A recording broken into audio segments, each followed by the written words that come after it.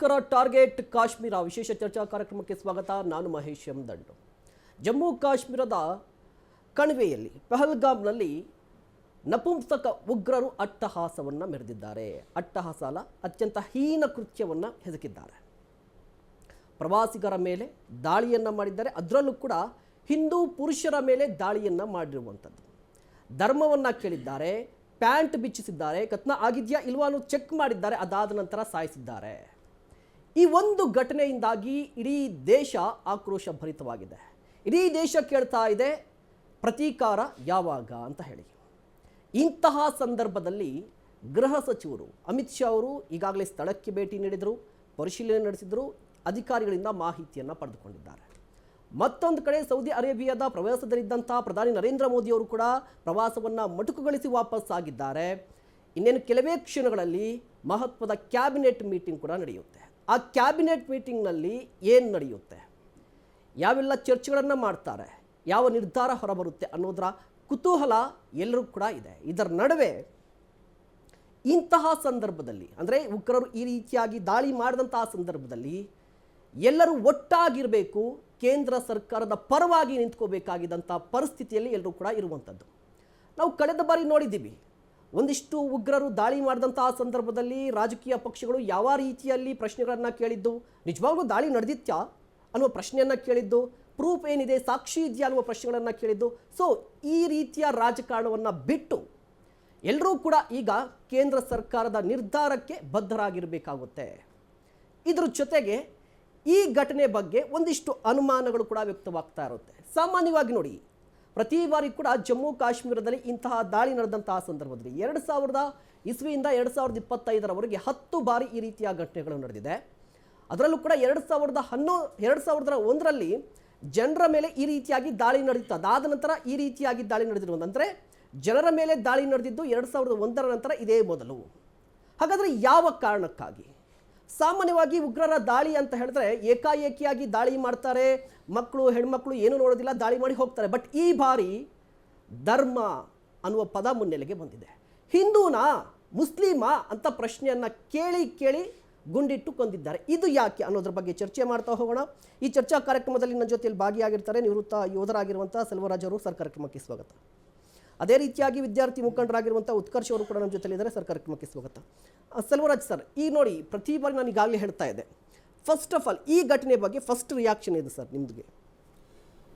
ಮೊಟ್ಟ ಮೊದಲದಾಗಿ ರಿಯಾಕ್ಷನ್ ಏನಾಗುತ್ತೆ ಅಂದರೆ, ಒಂದು ಸತ್ತವರ ಬಗ್ಗೆ ಸಂತಾಪ, ಸಾಯಿಸಿದವರ ಮೇಲೆ ಆಕ್ರೋಶ, ಇದೆರಡೂ ಬರ್ತಾಯಿದೆ. ಯಾಕೆ ಬರ್ತಾಯಿದೆ ಆಕ್ರೋಶ ಅಂತಂದರೆ, ಅಂಥ ರಣಹೇಡಿಗಳು, ಇಂಥ ರಣಹೇಡಿಗಳು ಚರಿತ್ರೆಯಲ್ಲಿ ತುಂಬ ಚೆನ್ನಾಗಿ ನಿಂತ್ಕೊಂಡ್ಬಿಡ್ತಾರೆ. ಯಾಕಂದರೆ ಅವತ್ತಿಂದ ಇವತ್ತಿನವರೆಗೂ ಬಂದಿದ್ದಾರೆ. ಆ ಜನಾಂಗದಿಂದ ಬಂದಿರೋಲ್ಲ ಬರೀ ಇಂಥ ರಣಹೇಡಿ ಕೆಲಸಗಳನ್ನೇ ಮಾಡ್ತಾ ಬರೋದು ಹೊರತು ಯಾವತ್ತು ರಣವೀರರಾಗಿ ಮುಂದೆ ಬಂದು ನಮ್ಮ ಸೈನಿಕರ ಜೊತೆ ಹೋರಾಡೋವಂಥ ತಾಕತ್ತು ಅವ್ರಿಗಿಲ್ಲ. ಇಲ್ಲದೇ ಇರೋದಕ್ಕೋಸ್ಕರ ಏನು ಮಾಡ್ತಾರೆ ಅಂತ, ಈ ರೀತಿಯಾಗಿ ಅಮಾಯಕರಾಗಿರೋವಂಥವ್ರನ್ನು ಹೋಗಿ ಅವರ ಮೇಲೆ ಹೋಗಿ ಇವರು ವೀರಾವೇಶವನ್ನು ತೋರಿಸಿದಾರಲ್ಲ, ಅದು ಯಾವ ರೀತಿಯಲ್ಲಿ ಅಂತಂತಂದರೆ, ನಿನ್ನದು ಯಾವ ಮತ, ನಿನ್ನದು ಯಾವುದು ಧರ್ಮ ಅನ್ನೋ ರೀತಿಯಲ್ಲಿ ಅವರು ಪ್ಯಾಂಟನ್ನು ಬಿಚ್ಚಿ ನೋಡಿ ಮಾಡಿ ಅವರು ಹಿಂದೂ ಅಂತ ಗೊತ್ತಾದ ಮೇಲೆ ಅವರನ್ನು ಕೊಂದಿದಾರಲ್ಲ. ಇಂಥ ರಣಹೇಡಿಗಳಿಗೆ ನಿಜವಾಗ್ಲೂ ಕೂಡ ಈ ಭೂಮಿಯಲ್ಲಿ ಬದುಕೋದಕ್ಕೆ ಯಾವುದೇ ರೀತಿಯಾದಂಥ ಹಕ್ಕು ಇಲ್ಲ. ಇವರು ದೇವರನ್ನ ಹೆಸರು ಹೇಳೋದಕ್ಕೆ ನಾಲಾಯಕ್ಕು. ಯಾಕಂದರೆ ಇಸ್ಲಾಮಲ್ಲೂ ಕೂಡ ಹೇಳ್ತಾ ಇರುತ್ತೆ, ಈ ರೀತಿ ಅಮಾಯಕರನ್ನು ಕೊಲ್ಲುವಂಥದ್ದು ಇಸ್ಲಾಮಲ್ಲಿ ಇಲ್ಲ ಅಂತ ಹೇಳ್ತಾ ಇದೆ. ಇಸ್ಲಾಮಲ್ಲೇ ಹೇಳಬೇಕಾದ್ರೆ ಇವರು ಏನೇನು ಫಾಲೋ ಮಾಡ್ತಾ ಇದ್ದಾರೆ ನಂಗೆ ಅರ್ಥ ಆಗ್ತಾ ಇಲ್ಲ. ಇವ್ರು ಬೇರೆ ಇನ್ಯಾವುದಾದ್ರು ಫಾಲೋ ಮಾಡ್ತಾ ಇದ್ದಾರಾ? ಅಮಾಯಕರನ್ನು ಕೊಂದು ತಮ್ಮ ವೀರಾವೇಶವನ್ನು ತೋರಿಸ್ಕೊಂಡು ತಮ್ಮದೇ ಆದಂಥ ಒಂದು ಛಾತಿಯನ್ನು ಬೆಳೆಸಬೇಕು ಅಂತ ಈ ರೀತಿ ಏನಾರು ಅಂದುಕೊಂಡಿದ್ದಾರಾ ಇವರು? ನಿಜವಾಗ್ಲೂ ಅರ್ಥ ಆಗ್ತಾ ಇಲ್ಲ. ಯಾಕೆಂತಂದರೆ ನಾನು ಹೇಳ್ತಾ ಇರ್ತಾರೆ ಏನಂತಂದರೆ, ಎಲ್ಲ ಮುಸ್ಲಿಮರು ಭಯೋತ್ಪಾದಕರಲ್ಲ, ಆದರೆ ಭಯೋತ್ಪಾದಕರೆಲ್ಲರೂ ಮುಸ್ಲಿಮರೇ ಯಾಕೆ ಆಗ್ತಾ ಇದ್ದಾರೆ? ಇವತ್ತಿನ ದಿನ ಪ್ರಪಂಚದಲ್ಲಿ ನೋಡೋಕೆ ಹೋಯ್ತು ಅಂತಂದರೆ they are the number 1, they are the at the top ಲಿಸ್ಟಲ್ಲಿ ಅವರಿದ್ದಾರೆ. ಯಾಕಂದರೆ ಇವತ್ತಿನ ದಿನ ಪ್ರಪಂಚದಲ್ಲಿ ಅವರು ಎಲ್ಲೆಲ್ಲ ಇದ್ದಾರಲ್ಲ, ಈ ಭಯೋತ್ಪಾದಕ ಮನಸ್ಥಿತಿಯನ್ನು ಇಟ್ಕೊಂಡು ಯಾವ ದೇಶದಲ್ಲೆಲ್ಲ ಇದ್ದಾರಲ್ಲ, ಯಾವ ದೇಶವನ್ನು ಕೂಡ ಅವರು ನೆಮ್ಮದಿಯಾಗಿ ಬಿಟ್ಟಿಲ್ಲ. ಅವ್ರು ಕೇಳೋದೇನು? ನಮಗೆ ಶಾಂತಿ ಬೇಕು, ಶಾಂತಿ ಬೇಕು, ಶಾಂತಿ ಬೇಕು. ಶಾಂತಿಯನ್ನು ತರುವಂಥದ್ದು ಇದು ಮಾರ್ಗವೇ? ಖಂಡಿತವಾಗ್ಲೂ ಅಲ್ಲ. ಸೊ ಇವ್ರಿಗೆ ತೊಂದರೆ ಕೊಡ್ತಿರೋರು ಯಾರಿದ್ದಾರೆ ಪ್ರಪಂಚದಲ್ಲಿ? ನಾನು ಕೇಳೋಂಥ ಮೊಟ್ಟ ಮೊದಲನೇ ಪ್ರಶ್ನೆ ನಾನು ಕೇಳ್ತಿರೋದು ಇದೇನೆ. ಯಾವ ಜನಾಂಗದವ್ರು ಇವ್ರಿಗೆ ತೊಂದರೆ ಕೊಡ್ತಾ ಇದ್ದಾರೆ? ಯಾವ ಜನಾಂಗದವ್ರು ಇವ್ರಿಗೆ ತೊಂದರೆ ಕೊಡ್ತಾ ಇಲ್ಲ? ಇವ್ರು ಕೇಳಿದ್ದನ್ನೆಲ್ಲನೂ ಕೂಡ ಎಲ್ಲ ಭಾಗದಲ್ಲೂ ಕೂಡ ಕೊಡ್ತಾ ಇದ್ದಾರೆ. ಇವತ್ತಿನ ದಿನ ಬ್ರಿಟನ್ ಯಾವ ಸ್ಥಿತಿಗೆ ಬಂದಿದೆ ಅಂತಂತಂದರೆ ಅಲ್ಲಿರೋ ಮೇಯರ್ಗಳೆಲ್ಲರೂ ಕೂಡ ಇವರ ಜನಾಂಗದವರೇ ಆಗಿದ್ದಾರೆ. ಬೀದಿಲಿ ಅವ್ರು ನಮಾಜ್ ಮಾಡ್ತಾರೆ. ಈ ಸಲ ರಂಜಾನ್ ತೋರಿಸ್ತಾ ಇದ್ರು, Britain was such A beautiful country ಅಂತ ತೋರಿಸ್ತಾ ಇದ್ರು. ಈ ಸಲ ರಂಜಾನಲ್ಲಿ ಆಗಿರೋಂಥದ್ದು ಆ ಕಸಾಗಿಸಾನೆಲ್ಲ ನೋಡ್ತಾ ಹೋದರೆ 3 ತಿಂಗಳಾದರೂ ಕ್ಲೀನ್ ಮಾಡೋಕ್ಕಾಗಲ್ಲ, ಅಷ್ಟು ಮಟ್ಟಿಗೆ ಮಾಡಿದ್ದಾರೆ ಅಂತಂತಾರೆ. ಸೊ ಇವರು ಜನನೂ ನೆಮ್ಮದಿಯಾಗಿರೋಕ್ಕೆ ಬಿಡಲ್ಲ, ಬೀದಿನೂ ನೆಮ್ಮದಿಯಾಗಿರೋಕ್ಕೆ ಬಿಡಲ್ಲ, ಯಾರನ್ನೂ ನೆಮ್ಮದಿಯಾಗಿರೋಕ್ಕೆ ಬಿಡಲ್ಲ. ಆದರೆ ಇವ್ರಿಗೆ ಮಾತ್ರ ನೆಮ್ಮದಿ ಬೇಕಂತೆ. ಎಲ್ಲಿಂದ ಬರುತ್ತೆ ನೆಮ್ಮದಿ? ಮತ್ತೊಬ್ಬರ ನೆಮ್ಮದಿಯನ್ನು ಕೆಡಿಸೋದ್ರಿಂದ ನನಗೆ ನೆಮ್ಮದಿ ಬರುತ್ತೆ ಅನ್ನೋಂಥ ಒಂದು ಮನೋಭಾವ ಇವರಲ್ಲಿತ್ತು ಅಂತಂತಾರೆ. ಅದು ತಪ್ಪು. ಇವರು ಹೀಗೆ ಅಂತ ಮಾಡ್ತಾ ಇಲ್ಲ, ಹಲವಾರು ವರ್ಷಗಳಿಂದ ಮಾಡ್ತಾ ಬರ್ತಾರೆ. ಹೇಳಬೇಕು ಅಂತಂದರೆ ಸಾವಿರಾರು ವರ್ಷಗಳಿಂದ ಇವರು ಇದನ್ನೇ ಮಾಡ್ತಾ ಇದ್ದಾರೆ. ಎಲ್ಲೆಲ್ಲೆಲ್ಲ ಹೋಗಿದ್ದಾರೆ ಎಲ್ಲ ಕಡೆಯೂ ಕೂಡ ಅಶಾಂತಿಯನ್ನು ತರ್ತಾರೆ. ಬಟ್ ಹೇಳ್ಕೊಳ್ಳೋದು ಮಾತ್ರ ಶಾಂತಿ ದೂತರು, ಶಾಂತಿ ಪಾಲಕರು, ಶಾಂತಿಯನ್ನು ತರ್ತೀವಿ ಮಾಡ್ತೀವಿ ಅಂತಂತಾರೆ. ಏನು ಮಾಡಿದರು ನಮ್ಮವರು? ಅಲ್ಲಿ ಹೋದಂಥ ಪ್ರವಾಸಿಗರು ಅಮಾಯಕರು. ಅವರಾಯ್ತು ಅವ್ರ ಪಾಡಾಯ್ತು ಅಂತ ಹೋಗಿದ್ರು ಬಂದಿದ್ರು. ಸೊ ಅಲ್ಲಿರೋಂಥ ಆ ಕಾಶ್ಮೀರಲ್ಲಿರೋಂಥವ್ರು ಯಾರು? ಮ್ಯಾಕ್ಸಿಮಮ್ ಮುಸ್ಲಿಮ್ಸೇ ಇರೋವಂಥದ್ದು. ಆ ಜನಾಂಗದವ್ರು ಯಾರು? ಇಲ್ಲಿರೋರು ಅಲ್ಲಿ ಹೋಗೋ ಹೊತ್ತಿಗೆ ತಾನೇ ಅವರಿಗೆ ಕೂಳು ಸಿಗ್ತಾ ಇರೋವಂಥದ್ದು. ಟೂರಿಸ್ಟ್ ಏನು ನಡೀತಾ ಇದೆಯಲ್ಲ, ಪ್ರವಾಸೋದ್ಯಮದಿಂದ ಅವರಿಗೆ ಇವತ್ತು ಜೀವನ ನಡೀತಾ ಇದೆ. ಸೊ ಅಂಥ ಪ್ರವಾಸಕ್ಕೋಸ್ಕರ ಬಂದಂಥವ್ರ ಮೇಲೆ ನೀವು ಈ ರೀತಿ ಒಂದು ಕ್ರೌರ್ಯವನ್ನು ಮೆರೆದಾಗ ಪ್ರವಾಸಿಗರಲ್ಲಿ ಹೋಗ್ತಾರೇನೋ? ಈಗ ತಾನೇ ಸ್ವಲ್ಪ ಚೇತರಿಸ್ಕೊಳ್ತಾ ಇತ್ತು ಕಾಶ್ಮೀರ ಅನ್ನೋದು, ತುಂಬ ಚೇತರಿಸ್ಕೊಳ್ತಾ ಇತ್ತು. ಓಕೆ, ಈಗೇನಾಯಿತು? ಅವರ ಜೀವನಕ್ಕೆ ಅವರೇ ಕೊಳ್ಳಿ ಇಟ್ಕೊಂಡಂಗೆ ಆಯ್ತು. ಬಿಟ್ಬಿಡ್ತಾರಾ ನಮ್ಮ ಸರ್ಕಾರ? ಬಿಟ್ಬಿಡ್ತಾರಾ ನಮ್ಮವರು? ನಮ್ಮ ಯೋಧರು ಬಿಟ್ಬಿಡ್ತಾರಾ? ನಮ್ಮ ಯೋಧರಿಗೆ ಅನೇಕ ವಿಚಾರಗಳೇನು ಮಾಡ್ತಾರೆ, ಕೈ ಕಟ್ಟಾಕಿರ್ತಾರೆ. ಮಾಡಬೇಡಪ್ಪ, ಬಿಡಪ್ಪ ಅಂತ ಹೇಳ್ತಾ ಇರ್ತಾರೆ. ಸೊ ಇನ್ನು ಮೇಲೆ ಏನು ಮಾಡಬೇಕು? ಇವ್ರನ್ನೆಲ್ಲ ಬಡೀರಪ್ಪ ಅಂತಂತಾನೆ ಹೋಗಬೇಕು. ಬಡ್ದು ಇವ್ರನ್ನೆಲ್ಲ ಮಣ್ಣು ಮಾಡಿದ್ರೇ ಅವ್ರಿಗೆ ಬುದ್ಧಿ ಬರುವಂಥದ್ದು. ಓಕೆ, ಉತ್ಕರ್ಷ ಹೇಗೆ ನೋಡ್ತಿದ್ರ ವಿದ್ಯಾರ್ಥಿ ಮುಖಂಡರಾಗಿ ನಿನ್ನೆಯ ಘಟನೆಯನ್ನು? ನೋಡಿ, ವಿದ್ಯಾರ್ಥಿ ಮುಖಂಡನಾಗಿ ಈ ಘಟನೆಯನ್ನು ನೋಡಿದಾಗ ದೇಶ ಕಂಡಂಥ ಒಬ್ಬ ಮಹಾನ್ ಜ್ಞಾನಿ ಡಾಕ್ಟರ್ ಬಾಬಾ ಸಾಹೇಬ್ ಅಂಬೇಡ್ಕರ್ ಹೇಳ್ತಾರೆ ತಮ್ಮ ಪುಸ್ತಕದಲ್ಲಿ Pakistan or partition of India ಅಂತ ಎನ್ನುವಂಥ ಪುಸ್ತಕದಲ್ಲಿ ಅವ್ರು ಭಾಳ ಸ್ಪಷ್ಟವಾಗಿ ಹೇಳ್ತಾರೆ. ನೋಡಿ, ನೀವು ದೇಶವನ್ನು ವಿಭಜನೆ ಮಾಡುವಂಥದ್ದು ಒಂದು ದುರಂತ. ಹಂಗೂ ನೀವು ದೇಶವನ್ನು ವಿಭಜನೆ ಮಾಡಬೇಕೆನ್ನುವಂಥ ಚಿಂತನೆಗೆ ಬಂದಾಗ ಪಾಪ್ಯುಲೇಷನ್ ಎಕ್ಸ್ಚೇಂಜ್ ಮಾಡಿಬಿಡಿ ದಯವಿಟ್ಟು.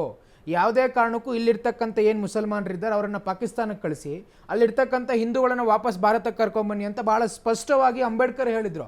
ಇವತ್ತು ಬಹುಶಃ ಅಂಬೇಡ್ಕರ್ ಅವರ ಚಿಂತನೆಗಳನ್ನು ನೋಡ್ತಾ ಇದ್ರೆ ಎಷ್ಟು ನಿಜ ಆಗ್ತಿದೆ ಸಮಾಜದಲ್ಲಿ ಅಂತ ಅನಿಸುತ್ತೆ. ಇವತ್ತಲ್ಲೇನು 26 ಜನ ಬಲಿಯಾಗಿದ್ದಾರೆ, ಬಹಳ ಸ್ಪಷ್ಟವಾಗಿ ಹಿಂದೂ ಸಮಾಜದ ಸಮೂಹಕ್ಕೆ ಸೇರಿದಂತೆ ಎನ್ನುವ ಕಾರಣಕ್ಕೆ ಅವರನ್ನು ಟಾರ್ಗೆಟ್ ಮಾಡಿರ್ತಕ್ಕಂಥದ್ದು ಎಷ್ಟರ ಮಟ್ಟಿಗೆ ಹೋಗ್ತಾರೆ ಅಂತಂದರೆ, ಅವರ ಪ್ಯಾಂಟನ್ನು ಬಿಚ್ಚಿ ಅದು ಕತ್ನ ಆಗಿದೆ ಇಲ್ವಾ ಅಂತ ನೋಡಿ ಅವರನ್ನು ಗುಂಡಿಟ್ಟು ಕೊಲ್ಲುವಂಥ ಕೆಲಸವನ್ನು ಮಾಡ್ತಾರೆ. ಪಾಪ ಅವರೇನು ಮಂಜುನಾಥ್ ರಾವ್ ಎನ್ನುವಂಥ ವ್ಯಕ್ತಿ ಹತ್ಯೆಯಾಗಿದ್ದಾರೆ. ಅವರು ಕಾಶ್ಮೀರಿಗೆ ಹೋಗಿದ್ದಂಥ ಕಾರಣ ಏನು? ಮಗ 98% ತೊಗೊಂಡಿದ್ದಾನೆ, ಆ ಕಾರಣಕ್ಕೆ ಒಂದು ಫ್ಯಾಮಿಲಿ ಟ್ರಿಪ್ ಮಾಡ್ಕೊಂಬರ್ಬೇಕೆನ್ನುವಂಥ ಕಾರಣಕ್ಕೆ ಹೋದಂಥ ಮಂಜುನಾಥ್ ರಾವ್ ಅವರು ಇಂಥ ಒಂದು ದುರ್ದೈವದ ಘಟನೆಯಲ್ಲಿ ತಾವು ಸಾವಿಗೀಡಾಗ್ತಾರೆ ಅಂತಂದರೆ ಅಲ್ಲಿರ್ತಕ್ಕಂಥ ಅವರ ವೈಫ್ ಇರ್ಬೋದು, ತಮ್ಮ ಮಗ ಇರ್ಬೋದು, ಹೇಗೆ ಅದನ್ನು ಸ್ವೀಕಾರ ಮಾಡ್ತಾರೆ? ಇವತ್ತು ಅದನ್ನು ನಮಗೆ ಇಲ್ಲಿ ಕುತ್ಕೊಂಡಿರ್ತಕ್ಕಂಥವ್ರಿಗೆ ದಿಗ್ಭ್ರಾಂತರಾಗಿದ್ದೇವೆ ನಾವು. ಇದನ್ನು ಹೇಗೆ ಸ್ವೀಕಾರ ಮಾಡೋದು? ಭರತ್ ಭೂಷಣ್ ಎನ್ನುವಂಥ ವ್ಯಕ್ತಿ, ಆತನಿಗೆ ಇರ್ತಕ್ಕಂಥದ್ದು 3 ವರ್ಷದ ಮಗು. ಅದನ್ನು ಕೂಡ ನೋಡಿ ಈ ಭಯೋತ್ಪಾದಕರಿಗೆ, ರಣಹೇಡಿಗಳಿಗೆ ಒಂದು ಚೂರು ಮಾನಸಿಕತೆ ಅಥವಾ ಒಂದು ಚೂರು ಮನುಷ್ಯತ್ವ ಇಲ್ಲ ಅಂತಂದರೆ ಇವ್ರನ್ನ ಸ್ವೀಕಾರ ಮಾಡೋದು ಹೇಗೆ ಸಮಾಜದಲ್ಲಿ? ನಾವು ಎಷ್ಟು ದಿವಸ ಅಂತ ಭಾರತ ಹೀಗೆ ಕೂರಬೇಕು?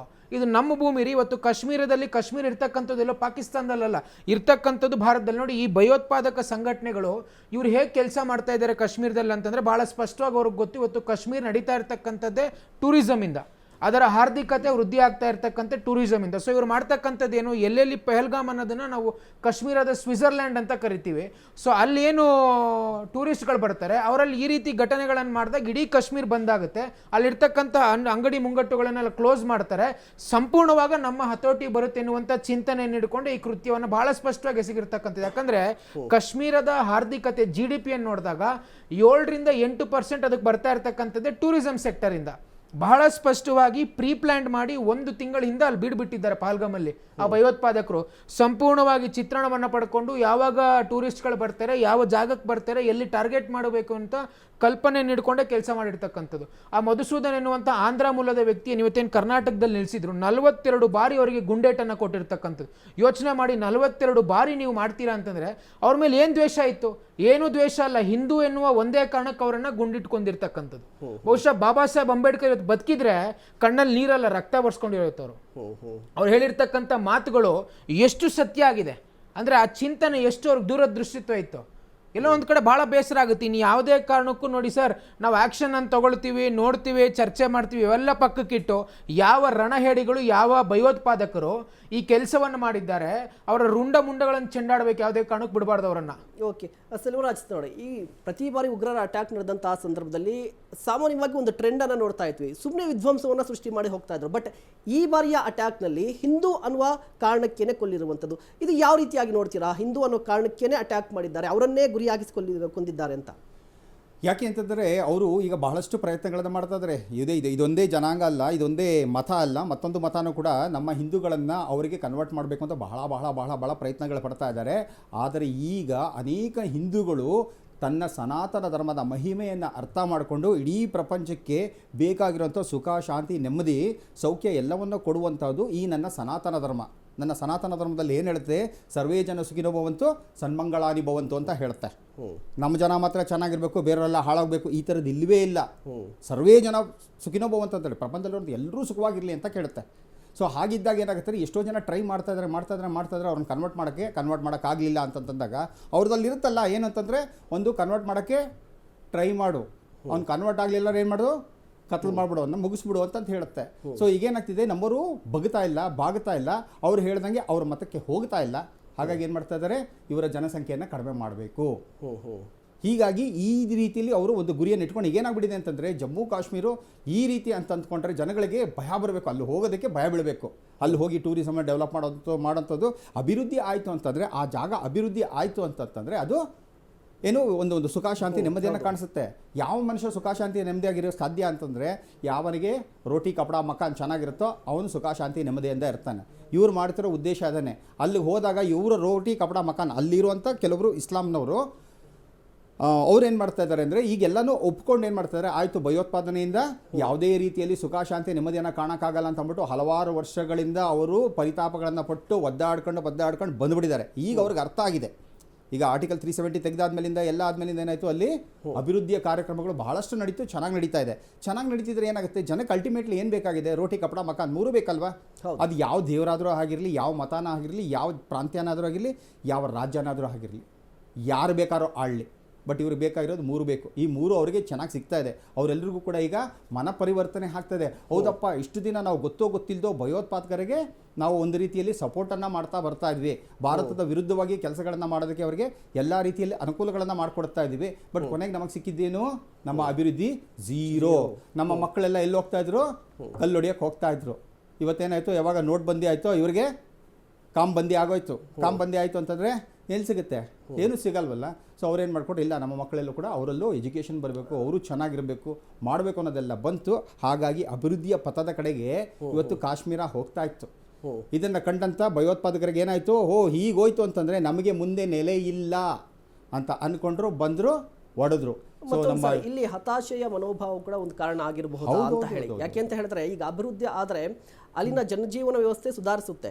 ಆಗ ಇವ್ರು ಮಾಡ್ತಾ ಇದ್ರಲ್ಲ, ಇದು ಬೆದರಿಸ್ಕೊಂಡು ಅಥವಾ ಒಂದಿಷ್ಟು ಹಣ ಕೊಟ್ಟು ಅವ್ರ ವಿಶ್ವಾಸವನ್ನು ಗಳಿಸುವಂಥ ಪ್ರಯತ್ನಗಳಿತ್ತಲ್ವ, ಇವ್ರ ಮಾತು ಕೇಳಲಿಕ್ಕೆ ಮುಂದೆ ಯಾರು ಕೂಡ ಬರೋದಿಲ್ಲ. ಈ ಕಾರಣಕ್ಕಾಗಿ ಇದರ ಜೊತೆಗೆ 370 ರದ್ದತಿ ಆದ ನಂತರ ಎಲ್ಲರೂ ಕೂಡ ಒಂದು ನಿರೀಕ್ಷೆಯನ್ನು ಇಟ್ಕೊಂಡಿದ್ರು, ಕಾಶ್ಮೀರದಲ್ಲಿ ದೊಡ್ಡ ಮಟ್ಟದ ದಂಗೆ ಆಗ್ಬಿಡುತ್ತೆ ಅಂತ ಹೇಳಿ. ಬಟ್ ಅಲ್ಲಿ ಜನರು ಸ್ವಾಗತ ಮಾಡಿದ್ರು, ಕೇಂದ್ರ ಸರ್ಕಾರದ ನಿರ್ಧಾರವನ್ನು ತುಂಬ ಈಸಿಯಾಗಿ ಸ್ವಾಗತ ಮಾಡಿಕೊಂಡ್ರು. ಹೌದು, ಇದು ಬೇಕಿತ್ತು, ಯಾಕಂದರೆ ಈಗ ನಾವು ಅಭಿವೃದ್ಧಿಯನ್ನು ಕಾಣ್ತಾ ಇದ್ವಿ, ಈಗ ನಮ್ಮ ಜೀವನ ಸುಧಾರಿಸ್ತಾ ಇದೆ ಅಂತ ಹೇಳಿದ್ರು. ಅಂದರೆ ಎಲ್ಲೋ ಒಂದು ಕಡೆ ಉಗ್ರರ ಅಂದುಕೊಂಡಿದ್ದೊಂದು ಆಗಿದ್ದೊಂದು, ಅದಕ್ಕಾಗಿ ಇದು ಹತಾಶೆಯ ಮನೋಭಾವದಲ್ಲಿ ಈ ರೀತಿ ಮಾಡಿದ್ರ ಅಂತ ಇವತ್ತೊಂದು ಖಂಡಿತವಲ್ಲೂ. ಯಾಕಂದರೆ ಈಗ ನೋಡಿ, ಅಲ್ಲಿ ಬಂದಿರುವಂಥ ಆ 4 ಜನ ಉಗ್ರರಲ್ಲಿ ಎಲ್ಲ ನೋಡಕ್ಕೆ ಹೋದಾಗ ಅವರ ಬ್ಯಾಕ್ಗ್ರೌಂಡು ಅಂತ ಚೆಕ್ ಮಾಡೋಕೆ ಹೋದಾಗ ಅವ್ರು ಯಾರು ಕಾಶ್ಮೀರದಿಂದ ಬಂದವರೇ ಅಲ್ಲ. ಅವ್ರನ್ನೆಲ್ಲ, ಯಾಕಂದರೆ ಕಾಶ್ಮೀರಲ್ಲಿ ಇರೋಂಥ ಯುವಕರೆಲ್ಲರೂ ಕೂಡ ಇವತ್ತು ರಿಯಲೈಸ್ ಮಾಡ್ಕೊಂಡಿದ್ದಾರೆ. ಸೊ ಮನ ಪರಿವರ್ತನೆ ಹಾಗೆ ಆಯಿತು. ನಾನು ಸುಖ, ಶಾಂತಿ, ನೆಮ್ಮದಿಯಾಗಿರಬೇಕು ಅಂತ ಅನ್ನೋದಾದಾಗ ನಾನು ದುಡಿಬೇಕು, ಪಡಿಬೇಕು, ಬೆಳಿಬೇಕು ಅನ್ನೋಂಥ ಮನೋಭಾವಕ್ಕೆ ಅವ್ರು ಬಂದರು.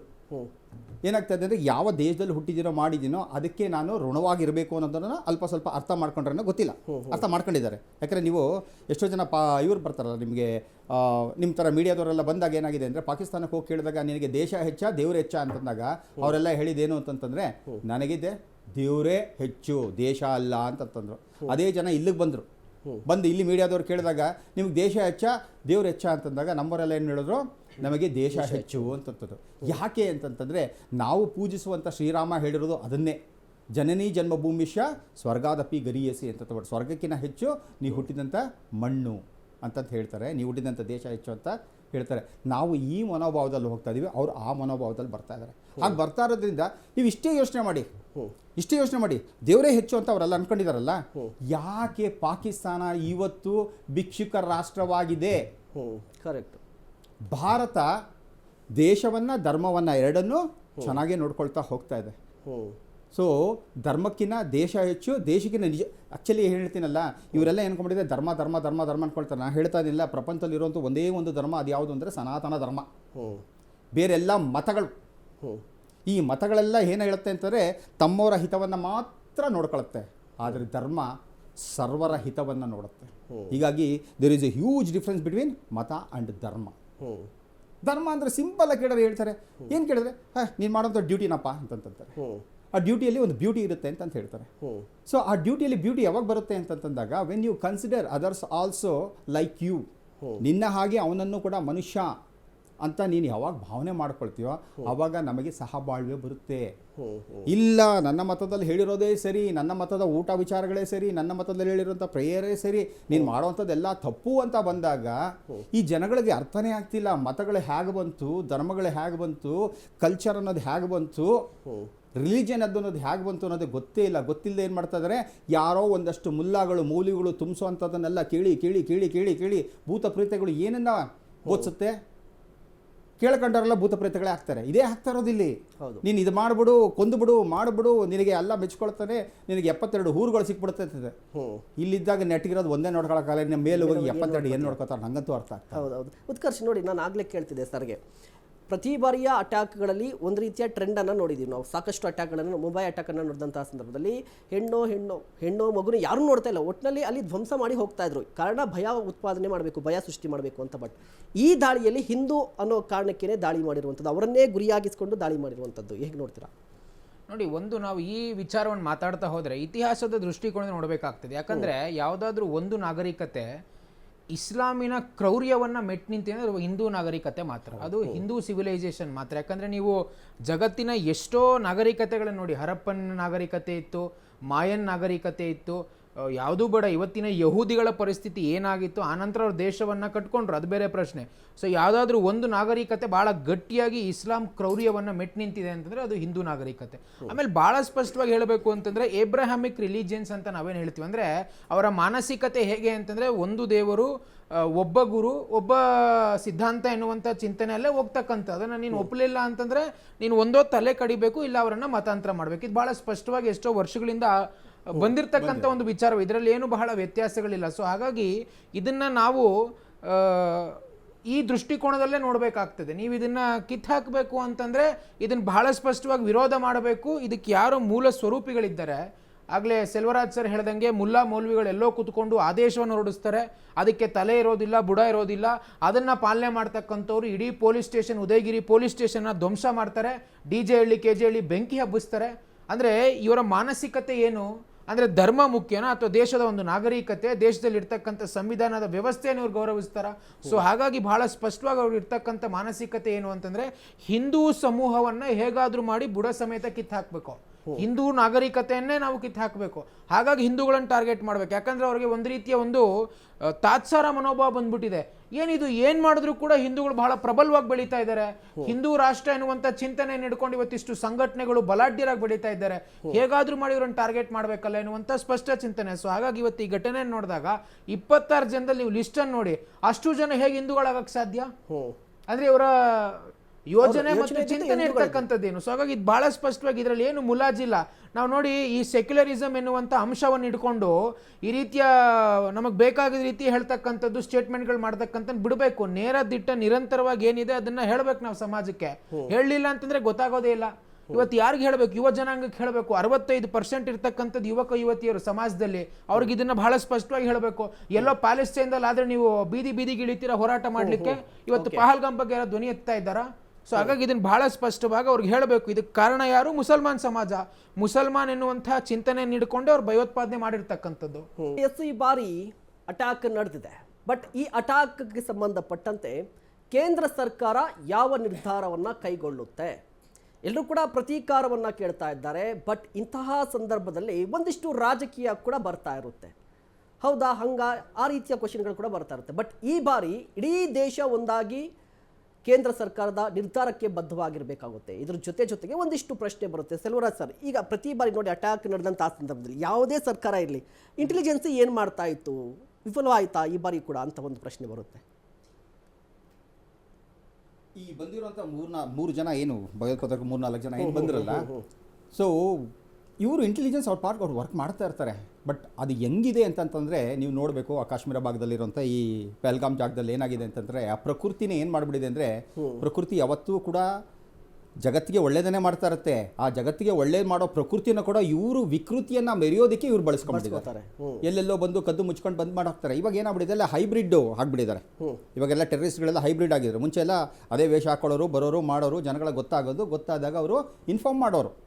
ಸೊ ಯಾಕಂದರೆ ನಾನು ಕೇಳ್ತಾ ಇದ್ದಿಲ್ಲ, ಅನೇಕ ವಿದ್ಯಮಾನಗಳನ್ನ ಕೇಳ್ತಿದ್ದಾಗ ಅವ್ರು ಹೇಳ್ತಾ ಇದ್ದಾರೆ, ಈ ನಡುವೆ ಬರ್ತಿರೋಂಥ ಟೆರರಿಸ್ಟ್ಗಳಿಗೆ ಅಲ್ಲಿರುವಂತಹ ಕಾಶ್ಮೀರದಲ್ಲಿರುವಂಥ ಜನಗಳು ಯಾವುದೇ ರೀತಿಯಲ್ಲೂ ಅವರಿಗೆ ಸಪೋರ್ಟ್ ಮಾಡ್ತಾ ಇಲ್ಲ. ಯಾಕಂದರೆ ಅವ್ರಿಗೆ ಅರ್ಥ ಆಗಿಬಿಟ್ಟಿದೆ, ದೇವರ ಹೆಸರಲ್ಲಿ ಯುದ್ಧ ಮಾಡ್ಕೊಂಡು ನೀನು ಬಾಳೋದು ಯಾವಾಗ, ನೀನು ಸುಖ ಶಾಂತಿ ನೆಮ್ಮದಿ ಕಾಣೋದು ಯಾವಾಗ, ನಿನ್ನ ಜೀವನವನ್ನೇ ನೀನು ಒತ್ತೆ ಇಟ್ಟು ಆ ದೇವ್ರಿಗೋಸ್ಕರ ಮಾಡ್ತೀನಿ ಅಂತಾರೆ, ಖಂಡಿತವಲ್ಲ ಯಾವ ದೇವರು ನಿನ್ನನ್ನು ಮೆಚ್ಚೋದಿಲ್ಲ.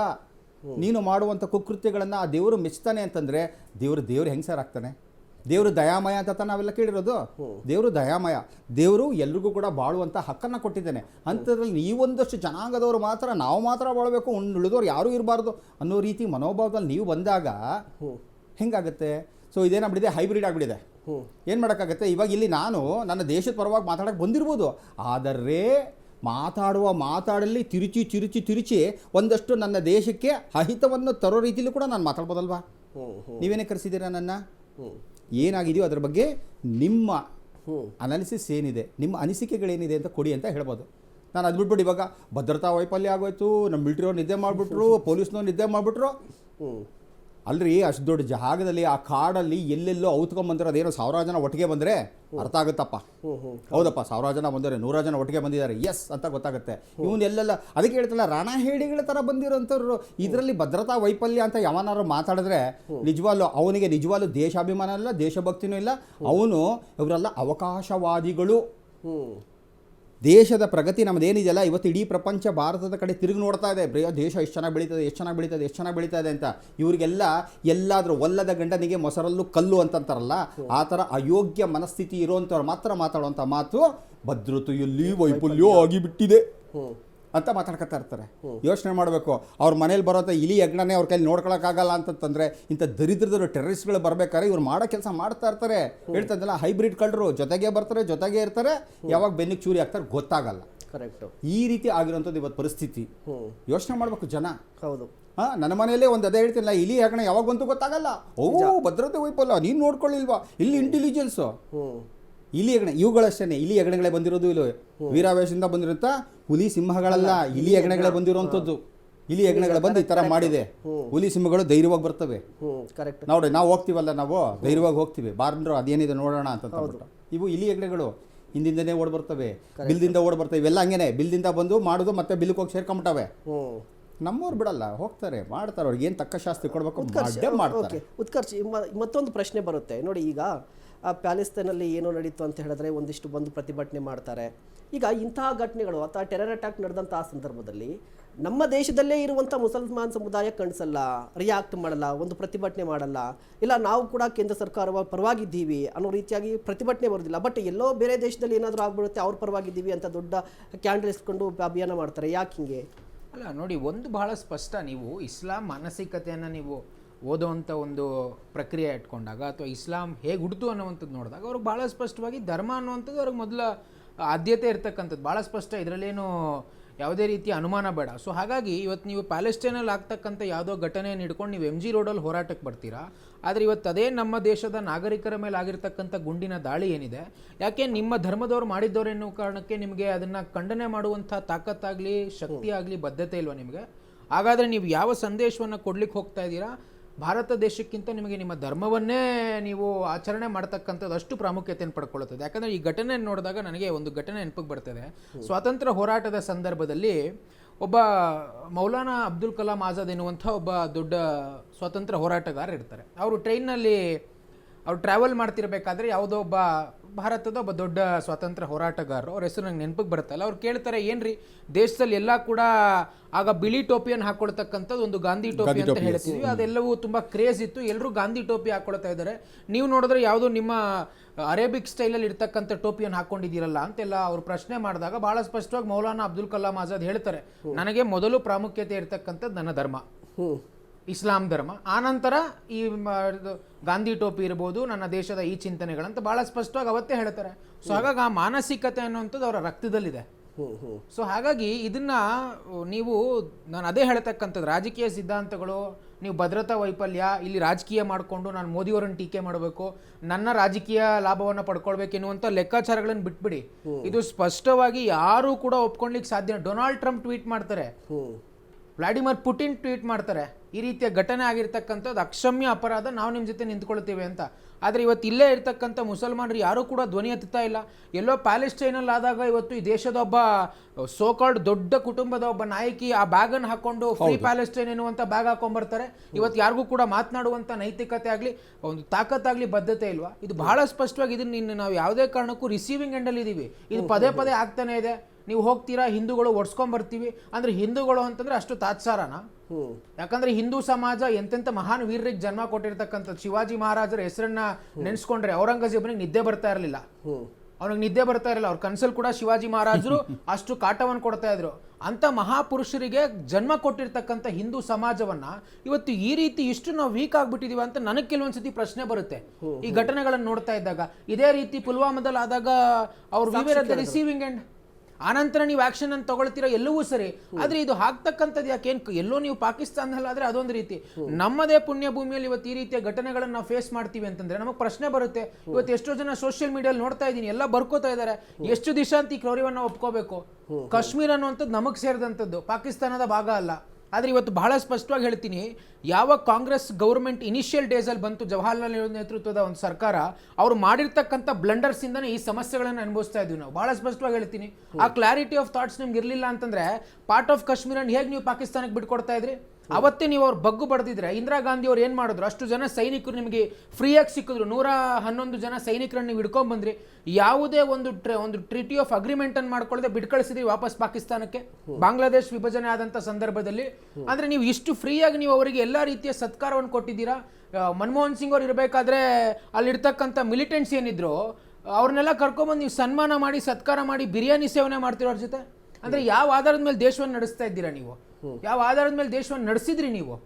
ಸೊ ಹಾಗಾಗಿ ಇದನ್ನು ಯಾವುದೇ ಕಾರಣಕ್ಕೂ ಒಪ್ಪಕ್ಕೆ ಸಾಧ್ಯನೇ ಇಲ್ಲ. ದೇಶದ ವಿಚಾರ ಅಂತ ಬಂದಾಗ ಯಾವುದೇ ಧರ್ಮ ಇರಲಿ, ಅವನು ಯಾವುದೇ ಜಾತಿ ಇರಲಿ, ದೇಶ ಮೊದಲು ಎನ್ನುವಂಥ ಚಿಂತನೆ ನಮ್ಮಲ್ಲಿ ಬರಲೇಬೇಕು. ಸೊ ಹಾಗಾಗಿ ಭಾಳ ಸ್ಪಷ್ಟವಾಗಿ ಇದು ಹಿಂದೂ ಸಮಾಜವನ್ನು ಟಾರ್ಗೆಟ್ ಮಾಡಿರ್ತಕ್ಕಂಥ ಕೃತ್ಯವೇ, ಇದರಲ್ಲಿ ಏನು ಮುಲಾಜಿಲ್ಲ.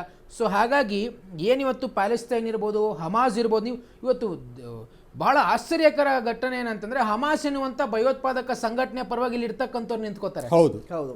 ಹಮಾಸ್ ಎನ್ನುವಂತ ಸಂಘಟನೆ ಎಕ್ಸಾಂಪಲ್ಸ್ ಕೊಡ್ತಾ ಇದ್ರು, ಪ್ಯಾಲೆಸ್ತೈನ್, ಹಮಾಸ್ ಆದಂತಹ ಸಂದರ್ಭದಲ್ಲಿ ಅವುಗಳಲ್ಲಿ ಏನಾದರೂ ಘಟನೆ ಆದ್ರೆ ಇಲ್ಲಿ ಒಂದಿಷ್ಟು ಸಮುದಾಯ, ಒಂದಿಷ್ಟು ನಾಯಕರು ದೊಡ್ಡದಾಗಿ ಅಭಿಯಾನವನ್ನು ನಡೆಸ್ತಾರೆ. ಬಟ್ ಇವತ್ತಿನ ಘಟನೆಗೆ ಸಂಬಂಧಪಟ್ಟಂತೆ ಯಾರು ಆ ರೀತಿಯಾಗಿ ಕಾಣಿಸ್ಕೊತಾ ಇಲ್ಲ, ಮತ್ತು ಆ ಸಮುದಾಯ ಕೂಡ ಅಂತ. ಹೌದು, ಅದು ಬಹಳ ಬೇಸರ ತರುವಂಥದ್ದು. ಆ ಸಮುದಾಯ ಮಾತ್ರ ಅಲ್ಲ, ನಮ್ಮ ಸಮುದಾಯದವರು ಕೂಡ ಇನ್ನೂ ಎಷ್ಟೋ ಜನ ಗಾಢ ನಿದ್ರೆಯಲ್ಲಿದ್ದಾರೆ. ಹಿಂದೂ ಅಂತಂದ್ರೆ ನಮ್ಮ ಜನ ಏನು ಅನ್ಕೊಂಡ್ಬಿಟ್ಟಿದ್ರೋ ಗೊತ್ತಿಲ್ಲ. ನನ್ನ ಪ್ರಕಾರ ಹಿಂದೂ ಅಂತಾರೆ ಹಿಂದೂ ಉಳ್ಕೊಂಡ್ಬಿಡೋದ ಅಂತಂದ್ಬಿಟ್ಟು, ಅದಲ್ಲ. ಹಿಂದೂ ಅಂತಂದ್ರೆ ಹೀನಂ ನಶ್ಯತಿ ಇತಿ ಹಿಂದೂ ಅಂತ, ಹೀನವಾದದ್ದನ್ನು ನಾಶ ಮಾಡುವಂಥವನು ಹಿಂದೂ. ಹಾಗಾಗಿ ಇಲ್ಲಿ ಬಂದಿರೋಂಥ ಈ ಜಂತುಗಳೇನಿದೆಯಲ್ಲ ಇವೆಲ್ಲ ಹೀನಗಳೇ, ರಾಕ್ಷಸ ಪ್ರವೃತ್ತಿ ಉಳ್ಳಂತಾರೆ. ಈ ರಾಕ್ಷಸ ಪ್ರವೃತ್ತಿ ಉಳ್ಳಂಥವ್ರು, ಪಿಶಾಚಿಗಳ ಪ್ರಕೃತಿ ಉಳ್ಳಂಥವ್ರು, ದೆವ್ವಗಳ ಮನಸ್ಥಿತಿ ಇರುವಂಥವ್ರು ಬಂತವ್ರಿಗೆ ಇವರನ್ನು ನಾಶ ಮಾಡುವಂಥದ್ದು ಹಿಂದುವಿನ ಮೂಲ ಕರ್ತವ್ಯ ಆಗಿರಬೇಕು. ಯಾಕಂದರೆ ಇದು ಹೀನವನ್ನು ನಾಶ ಮಾಡುವಂತಹ ವೀರ ಪರಾಕ್ರಮ ನಮ್ಮ ಹಿಂದೂಗಳಿಗುಂಟು. ಸ್ವಾಮಿ ವಿವೇಕಾನಂದರು ಹೇಳ್ತಾ ಇದ್ದಂಗೆ ಒಬ್ಬ ವ್ಯಕ್ತಿ ಅಂತಂದರೆ ಹೇಗಿರಬೇಕು ಅಂತಂದರೆ, ಅವನ ಶಕ್ತಿ ಹೇಗಿರಬೇಕು ಅಂತನ್ನೋದಾದರೆ ಯಾರು ಹೇಳ್ತಾ ಇರ್ತಾರೆ ಏನು ಅಂತಂದರೆ, ಕ್ಷಾತ್ರವೀರ್ಯ ಬ್ರಹ್ಮ ತೇಜಸ್ ಇರಬೇಕು ಅಂತ ಹೇಳ್ತಾರೆ. ಕ್ಷಾತ್ರವೀರ್ಯ ಇರಬೇಕು ನಮ್ಮಲ್ಲಿ. ಅದಕ್ಕೋಸ್ಕರ ನಮ್ಮ ದೇವತೆಗಳನ್ನೆಲ್ಲ ನೋಡಿದಾಗ ಎಲ್ಲ ದೇವತೆಗಳ ಕೈಗಳಲ್ಲಿ ಅಸ್ತ್ರಗಳು ಉಂಟು, ಶಸ್ತ್ರಗಳು ಉಂಟು. ಅದೇನು ಹೇಳುತ್ತೆ, ಅಸ್ತ್ರಗಳು ಶಸ್ತ್ರಗಳು ಯಾತಕ್ಕೋಸ್ಕರ ಇರೋದಂತಂದರೆ ದುಷ್ಟರನ್ನು ಶಿಕ್ಷಿಸಲಿಕ್ಕೆ ಶಿಷ್ಟರನ್ನು ರಕ್ಷಿಸಲಿಕ್ಕೆ. ನಮ್ಮ ಹಿಂದೂ ಸಮಾಜದಲ್ಲಿ ನಾನು ಒಂದೊಂದು ಸಲ ಬಹಳ ಬೇಸರ ಆಗುತ್ತೆ. ನಮ್ಮವ್ರಿಗೆ ಏನಾಗ್ಬಿಡುತ್ತೆ ಅಂತಂತಂದರೆ, ಸ್ವಾಮಿ ವಿವೇಕಾನಂದರು ಹೇಳ್ದಂಗೆ ನಾವೆಲ್ಲ ಸಾತ್ವಿಕ ಗುಣದವರು ಅಂತಂದ್ರಂದ್ಬಿಟ್ಟು ಸದಾ ದೇವ್ರ ಜಪ ಮಾಡ್ತಾ ಸದಾ ಆಧ್ಯಾತ್ಮಿಕತೆ ಇದ್ಕೊಂಡು, ಇಲ್ಲಪ್ಪ ನಾವು ಯಾರಿಗೂ ತೊಂದರೆ ಕೊಡಲ್ಲ. ನಿಮಗೆ ಕೊಟ್ಟಾಗ ಅನುಭವಿಸ್ತೀರೇನೋ? ಅನುಭವಿಸ್ತಾ ಇಲ್ವಾ ಈಗ ನಾವು? ಅದಕ್ಕೋಸ್ಕರ ಬಂದಾಗ ನನಗೆ ಬಡಿಯಕ್ಕೆ ಬಂದವನಿಗೆ ಅವನಿಗೆ ಬಗ್ಗು ಬಡಿಬೇಕು. ಬಗ್ಗು ಬಡ್ದಾಗಲೇ ಅವನಿಗೆ ಬರೋವಂಥದ್ದು. ಎಷ್ಟೋ ಸಲ ಪೃಥ್ವಿರಾಜರು, ರಾಣಾ ಪ್ರತಾಪ ಸಿಂಹ ಇವರೆಲ್ಲನೂ ಏನು ಮಾಡಿದ್ದಾರೆ ಅಂತಂದರೆ, ಯಾವಾಗ ಇವ್ರಿಗೆಲ್ಲ ಓಡಿಸಿದ್ರೋ ಅವಾಗ ಅವ್ರ ಬುದ್ಧಿ ಬಂದು ಎಷ್ಟೋ ಸಲ ಅಂತಾರೆ 50 ವರ್ಷ 60 ವರ್ಷ 100 ವರ್ಷಗಳ ಕಾಲ ಮೊಹಮ್ಮದ್ ಗೋರಿ ಅವರು ಯಾರು ಮತ್ತೆ ಭಾರತದ ಮೇಲೆ ದಾಳಿಯನ್ನು ಮಾಡಲಿಲ್ಲ. ಯಾಕಂದ್ರೆ ಆಗಿನ ಕಾಲದ ರಾಜರು ವೀರಾವೇಶದಿಂದ ಹೋರಾಡಿದ್ರು, ಗೆದ್ದರು, ಅವರನ್ನು ಓಡಿಸಿದ್ರು. ನಮಗೆ ಇತಿಹಾಸಗಳಲ್ಲಿ ಹೆಂಗೆ ತೋರಿಸ್ತಾನೆ ಅಂತಂದರೆ, ಮೊಹಮ್ಮದ್ ಗೋರಿ ಬಂದಂತೆ, ಮೊಹಮ್ಮದ್ ಗಜ್ನಿ ಬಂದಂತೆ 17 ಸಲ ನಮ್ಮ ಮೇಲೆ ದಾಳಿ ಮಾಡದಂತೆ, look at the personality, look at the determination ಅಂತ ದರಿದ್ರವಾಗಿ ನಮಗೆ ಇತಿಹಾಸ ಕೊಡ್ತಾ ಇರ್ತಾರೆ. ಹೌದು, ಅದಕ್ಕೋಸ್ಕರ ಹೇಳ್ತಾ ಇರ್ತೀನಿ, ಇತಿಹಾಸ ಏನಂತಂದರೆ ಯಾರೋ ಬರದಂಥ ಇತಿಹಾಸವನ್ನು ನಾವು ಕಿರಿಚಿ ಓದಿ ನಮ್ಮಿಂದ ಏನೂ ಆಗೋದೆಂದು ಅರಚಿ ಅಂದರಾಗುವಂತೆ ಮಾಡಿದರು ಮತಾಂಧರು. ಫಸ್ಟ್ ಬಂದ್ರಲ್ಲ 5 ಜನ ಎಜುಕೇಷನ್ ಮಿನಿಸ್ಟರ್ಗಳು ಸೆಂಟ್ರಲಿಂದ, ಅವರಷ್ಟೂ ಜನನೂ ಏನು ಮಾಡಿದ್ರು, ಅವರದನ್ನು ವೈಭವೀಕರಿಸಿ ನಮ್ಮದನ್ನು ತುಚ್ಛೀಕರಿಸಿದರು, ಅವರನ್ನು ತುಷ್ಟೀಕರಿಸಿದರು. ನಾವೇನು ಮಾಡಿದ್ವಿ, ನಾನು ಅದೇ ಓದಿದ್ದು 85-86 ನಾನು ಅದೇ ಓದಿದ್ದು. ಹೌದು, Akbar the great, Humayun the great, Shahjahan the great, Aurangzeb the great ಅಂತಲೇ ನಾನು ಓದಿದ್ದು. ಇವತ್ತು ಗೊತ್ತಾಗ್ತದೆ ಯಾರು ಗ್ರೇಟ್ ಅಂತಂದ್ಬಿಟ್ಟು. ಅಸಹ್ಯ ಆಗುತ್ತೆ ನನಗೆ ಒಂದೊಂದ್ಸಲ ಭಾಳ. ಇಂಥ ದರಿದ್ರರ ಬಗ್ಗೆ ಎಲ್ಲ ನಾನು ಅಷ್ಟೊಂದೆಲ್ಲ ಓದ್ಬಿಟ್ನಾ, ಬಾಯ್ಹಾಟ್ ಮಾಡಿದ್ದೀನಿ. ಅದಕ್ಕೆ ಕಿರುಚಿ ಓದಿ ಅಂದರೆ ಬಾಯ್ಹಾಟ್ ಮಾಡ್ತಾ ಇದ್ವಲ್ಲ. ಹೌದು, ಅರಚಿ ನಿದ್ದೆ ಕೆಟ್ಟು ಬೇರೆ ನಿದ್ದೆ ಕೆಟ್ಟು ಬೇರೆ ಓದಿದ್ದೀವಿ. ಇವ್ರ ಬಗ್ಗೆ ಯಾಕೆ ಮಾರ್ಕ್ಸ್ ತಗೋಬೇಕಂತ ಇವತ್ತು ಅನ್ಸುತ್ತೆ. ಅಂತ ಮಾರ್ಕ್ಸ್ ತಗೊಳ್ಳೋರ ಬದಲು ನಾನು ಸ್ವಾಭಿಮಾನದಿಂದ ಇರಬೇಕು ಅಂತ ಅನ್ಸುತ್ತೆ. ಮತ್ತೆ ಸೆಲ್ವರಾಜ್ ಸರ್ ನೋಡಿ, ಮೊನ್ನೆ ಅಷ್ಟೇ ಒಂದು 3 ದಿನಗಳ ಹಿಂದೆ ಪಾಕಿಸ್ತಾನದ ಸೇನಾ ಮುಖ್ಯಸ್ಥರು ಒಂದು ಹೇಳಿಕೆಯನ್ನು ಕೊಟ್ಟಿದ್ರು. ಆಸಿಫ್ ಮುನೀರ್ ಅವರು ನಾವೇ ಶ್ರೇಷ್ಠರು, ನಮ್ಮ ಧರ್ಮವೇ ಶ್ರೇಷ್ಠ ಅಂತ ಮಾತನಾಡ್ತಾ ಪಾಕಿಸ್ತಾನವನ್ನು ಹೊರತುಪಡಿಸಿ ಬೇರೆ ಬೇರೆ ದೇಶಗಳಲ್ಲಿರುವಂಥ ಮುಸಲ್ಮಾನರನ್ನು ಉದ್ದೇಶಿಸಿ ಮಾತನಾಡ್ತಾ ಇದ್ದಂಥ ಸಂದರ್ಭದಲ್ಲಿ ನಮ್ಮದು ಶ್ರೇಷ್ಠ ಧರ್ಮ, ನಾವು ತುಂಬ ಶ್ರೇಷ್ಠ ಮಟ್ಟದಲ್ಲಿ ಇದ್ದೀವಿ ಅಂತ ಹೇಳಿದ್ರು. ಜೊತೆಗೆ ಅದು ಅನ್ಸೀಸನಬಲ್ ಹೇಳಿಕೆಗಳಂತ ಒಂದು ಬರುತ್ತೆ. ಬಟ್ ಅವರು ಯಾವ ಕಾರ್ಯಕ್ರಮದಲ್ಲಿ ಇದ್ರೂ ಗೊತ್ತಿಲ್ಲ. ಬಟ್ ಅನ್ಸೀಸನಬಲ್ ಸ್ಟೇಟ್ಮೆಂಟ್ ಅಂತ ಹೇಳಿದ್ರೆ, ಭಾರತ ಮತ್ತು ಪಾಕಿಸ್ತಾನ ವಿಭಜನೆ ಹೇಗಾಯಿತು, ಯಾಕಾಯಿತು, ಆ ಸಂದರ್ಭದಲ್ಲಿ ಯಾವ ವಿಚಾರಗಳು ಪ್ರಸ್ತಾಪ ಆಯಿತು ಅನ್ನೋದನ್ನು ಅಲ್ಲಿ ಹೇಳಿಕೆಗಳನ್ನು ಕೊಡ್ತಾರೆ. ಇದರ ಜೊತೆಗೆ ಜಮ್ಮು ಕಾಶ್ಮೀರ ನಮ್ಮದು ಅನ್ನುವ ರೀತಿಯಲ್ಲಿ ಕೂಡ ಹೇಳಿಕೆಯನ್ನು ಕೊಡ್ತಾರೆ. 3 ದಿನಗಳ ಹಿಂದೆ ಮುನೀರವ್ರು ಕೊಟ್ಟಂಥ ಹೇಳಿಕೆಗೂ ನಿನ್ನೆ ಆಗಿರುವಂಥ ಅಟ್ಯಾಕ್ಗೂ ಎಲ್ಲೋ ಒಂದು ಕಡೆ ಲಿಂಕ್ ಗೊತ್ತಾಗ್ತಾ ಇದೆಯಾ, ಲಿಂಕ್ ಸಿಗ್ತಿದ್ಯಾ ಅಂತ? ಖಂಡಿತವಲ್ಲೂ ಸಿಗ್ತಾ ಇದೆ. ಯಾಕೆಂತಂದರೆ ಅವ್ರು ಮೊದಲೇ ಈಗ ಹೆಂಗೆ ಗೊತ್ತಾ, ಈಗ ಸಿನಿಮಾಗಳೆಲ್ಲ ನೋಡಿದಾಗ ಏನಾಗುತ್ತೆ ಅಂತಂದರೆ ಅದರಲ್ಲಿ ಭೂತ ಪ್ರೇತಗಳೆಲ್ಲ ಇರ್ತವೆ. ಅವಕ್ಕೊಂದೇ ಒಂದು ಚೂರು ಏನಾರೋ ನೀವು ಟ್ರಿಗರ್ ಮಾಡಿಬಿಟ್ರೆ ಸಾಕು ಬಂದ್ಬಿಡ್ತವೆ. ಈ ಡ್ರಾಕುಲಾಗಳು ನೋಡಿದ್ದೀರಾ, ಡ್ರಾಕುಲಾ ಸಿನಿಮಾಗಳು, ಅವಕ್ಕೆಲ್ಲ ಅಷ್ಟೇ. ಬನ್ನಿ ಹೋಗೋಣ, ಹೋಗ್ಬಿಟ್ಟು ಜನರೆಲ್ಲ ಇರ್ತಾರೆ, ಅವ್ರನ್ನೆಲ್ಲ ಹೋಗ್ಬಿಟ್ಟು ಕುದಿಗೆ ಕಡಿದು ರಕ್ತ ಹೀರಿ ಅವ್ರನ್ನೂ ಡ್ರಾಕುಲಾ ಮಾಡಿಬಿಡೋಣ. ಝೋಂಬಿ ಸಿನಿಮಾಗಳು, ಈ ಥರ ಝೋಂಬಿಗಳು ಈ ಥರ ಬಂದ್ಬಿಡ್ತಾರೆ. ಇದನ್ನು ಹೇಳಿದ ತಕ್ಷಣ ಕಾಯ್ತಾ ಇದ್ವು ಒಂದಷ್ಟು ಭೂತ ಪ್ರೇತಗಳು ಬಂದ್ಬಿಟ್ವು. ಓಕೆ, ಮತ್ತೊಬ್ಬರಿಗೆ ತೊಂದರೆ ಕೊಟ್ಟು ನೀನು ಸುಖವನ್ನು ಅನುಭವಿಸ್ತೀಯ ಅಂತಂದರೆ ಅದು ಯಾವ ಮತ, ಹೌದು, ಅದು ಯಾವ ಧರ್ಮ? ಸ್ವಾಮಿ ವಿವೇಕಾನಂದ ತುಂಬ ಚೆನ್ನಾಗಿ ಹೇಳ್ತಾ ಇರ್ತಾರೆ, be good and do good, that should be the whole of any religion. ಒಳ್ಳೆಯವನಾಗಿರು, ಒಳ್ಳೆ ಕೆಲಸವನ್ನು ಮಾಡು, ಪ್ರಪಂಚಕ್ಕೆ ಒಳ್ಳೆಯದು ಆಗುವ ರೀತಿಯಲ್ಲಿ ನೀನು ನಡ್ಕೊಂಡೆ ಅಂತಂತಂದರೆ ಅದು ನಿಜವಾದ true religion. Not being I have to be good, other has to suffer. ನಾನು ಚೆನ್ನಾಗಿರ್ಬೇಕು, ಬೇರೆಯವರೆಲ್ಲ ಸಫರ್ ಮಾಡಬೇಕು. ಇದು ಯಾವ ಸಿನಿಮೆಗಿಲ್ಲ ಧರ್ಮ ರೀ. ಧರ್ಮ ಅಂತಂದ್ರೆ ಏನು ಹೇಳ್ತಾ ಇದ್ದಲ್ಲ, ಬಹುಜನ ಹಿತಾಯ ಬಹುಜನ ಸುಖಾಯ, ನಾಟ್ ಬಹುಜನ ಹತಾಯ ಬಹುಜನ ಗತಾಯ ಅಲ್ಲ. ಅಲ್ವರನ್ನ ಕೊಲ್ಲುವಂಥದ್ದು, ಅಲ್ವರನ್ನ ಮುಗಿಸುವಂಥದ್ದು, ಇದೆಲ್ಲ ಧರ್ಮ. ಬಹುಜನ ಹಿತಾಯ ಬಹುಜನ ಸುಖಾಯ. ಎಷ್ಟು ಚೆನ್ನಾಗಿ ಹೇಳುತ್ತೆ ನಮ್ಮ ಸನಾತನ ಧರ್ಮ. ಎಲ್ಲರೂ ಚೆನ್ನಾಗಿರಲಿ ಅಂತಂತ ಹೇಳುತ್ತಲ್ವ. ಸೊ ಇದು ಹೀಗಿರಬೇಕೆ ಹೊರತು ಇದು ಅವ್ರಿಗೆ ಬಿಡಿ, ಅವ್ರಿಗಂತೂ ಅವ್ರಿಗೆ ಇದ್ದಿದ್ದೇನೆ. ಯಾಕೆಂದರೆ ಇಲ್ಲಿ ಸಫರ್ ಮಾಡೋರು ಯಾರು ಅಂತಂತಂದರೆ, ಯಾರು ಇವರ ಮಾತುಗಳನ್ನ ಕೇಳ್ಕೊಂಡು ಬಂದು ಇಲ್ಲಿ ಹೊಡೆದಾಡ್ಕೊಂಡು ಮಾಡ್ಕೊಂಡು ಇವಾಗ ಅವ್ನು ಬಿಟ್ಬಿಡ್ತಾರಾ? ಏನು ಕರೆದು ರಾಜಾತಿಥ್ಯ ಮಾಡ್ಬಿಡ್ತಾರಾ? ಬಾರಿಸ್ತಾರೆ, ಕಳಿಸ್ತಾರೆ, ಎಲ್ಲಿ ಕಳಿಸ್ತಾರೆ. ಬಟ್ ಆಸಿಫ್ ಮುನೀರ್ ಅಂತಿದ್ನಲ್ಲ, ಅವನು ಆರಾಮಾಗಿರ್ತಾನೆ. ಯಾಕಂದರೆ he is at the high post, nobody can touch him.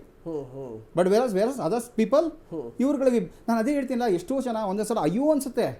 ಈ ಇಸ್ಲಾಮನ್ನು ಫಾಲೋ ಮಾಡೋವಂಥವ್ರು ನೋಡ್ಬಿಟ್ಟು ಅಯ್ಯೋ ಅನ್ಸುತ್ತೆ, ಅಯ್ಯೋ ಪಾಪ ಯುವಕ ಜೀವನದಲ್ಲಿ ಏನೆಲ್ಲ ಸಾಧನೆ ಮಾಡ್ಬೋದಾಯಿತು, ಏನೆಲ್ಲ ಮಾಡ್ಬೋದಾಗಿತ್ತು. ಫಸ್ಟ್ ಅವನು ಚೆನ್ನಾಗಿ ನೋಡ್ಕೋಬೋದಾಗಿತ್ತು. ಎರಡನೇದು ಹೆತ್ತಂತ ತಂದೆ ತಾಯಿನ ಚೆನ್ನಾಗಿ ನೋಡ್ಕೋಬೋದಾಗಿತ್ತು. ಮೂರನೇದು ಒಡದಂಥ ತಮ್ಮ ತಂಗಂದಿರು ಅವ್ರನ್ನ ಚೆನ್ನಾಗಿ ನೋಡ್ಕೋಬೋದಾಯ್ತು. ನಾಲ್ಕನೇದು ಅವ್ನು ಮದುವೆ ಆದಂಥ ಅವನ ಹೆಂಡತಿನ ಚೆನ್ನಾಗಿ ನೋಡ್ಕೋಬೋದಾಯ್ತು. ಐದನೇದು ತಾನು ಹುಡ್ಸಂತ ಮಗುನ ಚೆನ್ನಾಗಿ ನೋಡ್ಬೋದಾಯ್ತು. ಇದೆಲ್ಲ ಬಿಟ್ಟುಬಿಟ್ಟು ಆ ದೇವರ ಹೆಸರಲ್ಲಿ ಮತ್ತೊಬ್ಬರನ್ನ ಕೊಂದು ನೀನು ನರಕಕ್ಕೆ ಹೋಗ್ತೀಯೋ ಸ್ವರ್ಗಕ್ಕೆ ಹೋಗ್ತೀಯೋ ಗೊತ್ತಿಲ್ಲ. ನಿನಗೆ ಹೇಳಿದವನು, ನಾನು ಅದೇ ಕೇಳೋದು, ಯಾರು ಏನಾರು ಹೇಳಿದಾಗ, ಮಾಮ ನೀನು ಹೋಗಿದ್ಯಾ, ಬಂದಿದ್ಯಾ, ನೋಡಿದ್ಯಾ, ಅಲ್ಲಿ 72 ನೋಡಿದ್ಯಾ, ಬಿರಿಯಾನಿ ನೋಡಿದ್ಯಾ, ಹಂಡೆ ಎಲ್ಲ ನೋಡಿದ್ಯಾ, ಗುಂಡೆ ಎಲ್ಲ ನೋಡಿದ್ಯಾ, ಎಂಜಾಯ್ ಮಾಡಿದ್ರೆ ನಂಗೆ ಹೇಳು, ನಾನು ಅವಾಗ ಹೋಗ್ತೀನಿ ಅಂತಾನೆ.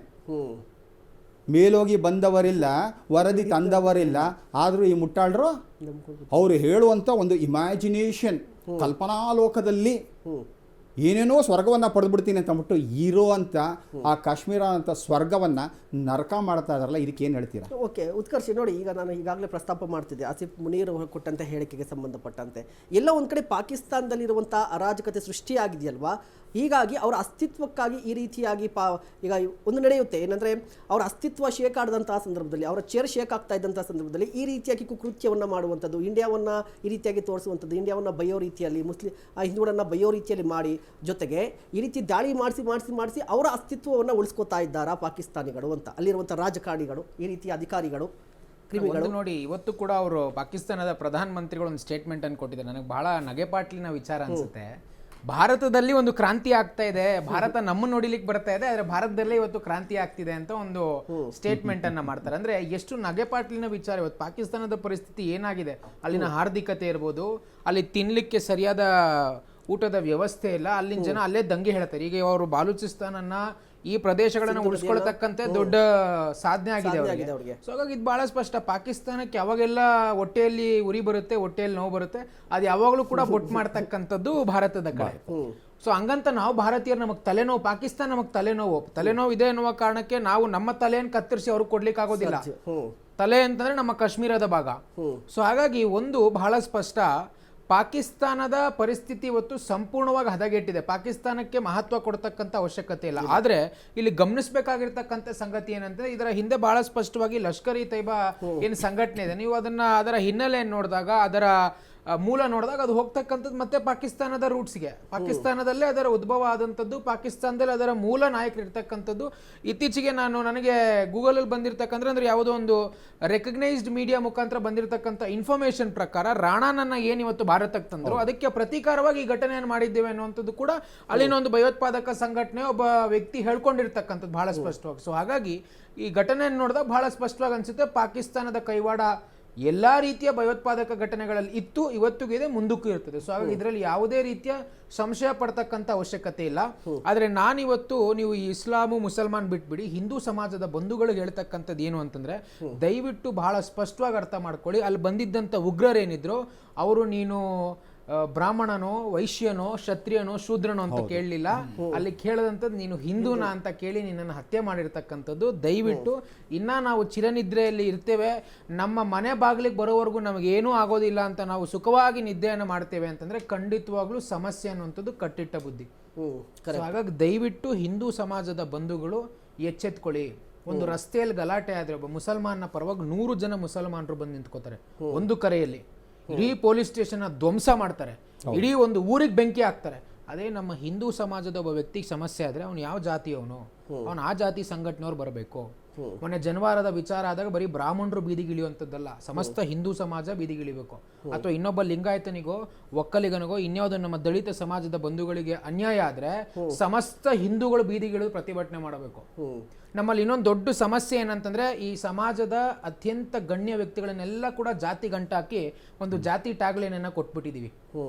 ಕೆಂಪೇಗೌಡರ ಜಯಂತಿಯನ್ನ ಮಾಡಬೇಕು ಅಂತಂದ್ರೆ ಒಂದೇ ಸಮಾಜ, ನಮ್ಗೆ ಒಂದು ಪಿಕ್ಚರ್, ಬಸವಣ್ಣನ ಜಯಂತಿ ಮಾಡ್ಬೇಕಂತಂದ್ರೆ ಒಬ್ರು, ಅಂಬೇಡ್ಕರ್ ಜಯಂತಿ ಅಂದ್ರೆ ಒಬ್ರು. ಈ ರೀತಿಯ ಮಾನಸಿಕತೆ ಇದೆಯಲ್ವಾ, ಇದು ಎಲ್ಲಿವರೆಗೂ ಹೋಗೋದಿಲ್ಲ. ಅಲ್ಲಿವರೆಗೂ ಹಿಂದೂ ಸಮಾಜ ಒಗ್ಗೂಡ್ಲಿಕ್ಕೆ ಸಾಧ್ಯವೇ ಇಲ್ಲ. ನಾವು ಶತಪ್ರಯತ್ನ ಪಡ್ಬೋದು. ಈಗಾಗಲೇ ಸಾಕಷ್ಟು ಬಾರಿ ದಾಳಿಗಳಾಗಿದೆ. 75 ವರ್ಷದ ಮೇಲಾಯಿತು ಸ್ವತಂತ್ರ ಬಂದು, ಬಟ್ ಈ ಅವಧಿಯಲ್ಲಿ ಸಾಕಷ್ಟು ದಾಳಿಗಳಾಗಿದೆ. ನಾವು ಕೂಡ ಕೇಳ್ತಾನೆ ಇರ್ತೀವಿ, ಈ ರೀತಿ ದಾಳಿ ಆಗ್ತಾ ಇದೆ, ಅಲ್ಲಿ ಅಷ್ಟು ಜನ ಸತ್ತೋದ್ರು, ಇಲ್ಲಿ ಇಷ್ಟು ಜನ ಸತ್ತೋದ್ರು. ಈಗ ಪರಿಹಾರ ಏನು ಪರಿಹಾರ ಅಂತ ಹೇಳಿದ್ರೆ, ಪ್ರತೀಕಾರ ಯುದ್ಧನ ಅಂತ ಬರುತ್ತೆ. ಸರ್, ಪ್ರತೀಕಾರ ಅಥವಾ ಪರಿಹಾರ ಯುದ್ಧ ಆಗುತ್ತಾ? ಯುದ್ಧನೇ ಪರಿಹಾರನ ಅಥವಾ ಯುದ್ಧವೇ ಪರಿಹಾರನ? ಕೃಷ್ಣ ಪರಮಾತ್ಮ ಹೇಳ್ತಾ ಇರ್ತಾನೆ, ಅರ್ಜುನನಿಗೆ ಹೇಳ್ತಾನೆ, ಪಾಂಡವರಿಗೆ ಕೌರವರಿಗೆ ಯುದ್ಧ ಬಂದಾಗ ಏನು ಮಾಡ್ತಾನೆ, ಎಲ್ಲ ರೀತಿಯ ಸಂಧಾನಗಳನ್ನು ಮಾಡ್ತಾನೆ. ಪ್ರೀತಿ, ವಿಶ್ವಾಸ, ನಂಬಿಕೆ, ಅವ್ರಿಗೆ ಏನೆಲ್ಲ ಬೇಕೋ ಎಲ್ಲ ರೀತಿಲೂ ಮುದ್ದು ಮರಿ, ಜಾಣ ಮರಿ, ಎಲ್ಲ ಮರಿ ಹೇಳಿ ಹೇಳಿದ್ರು ಆ ನರಿ ಮರಿಗಳು ಒಪ್ಪಲ್ಲ. ಕೇಳಿಲ್ಲ. ಯಾರು ಕೌರವರು ನರಿಮರಿಗಳು, ಅದೇ ಥರ ಇವಾಗ ಸ್ವಲ್ಪ ನರಿಮರಿಗಳೇ. ಓಕೆ, ಇವು ಹುಲಿ ಮರಿಗಳಲ್ಲ.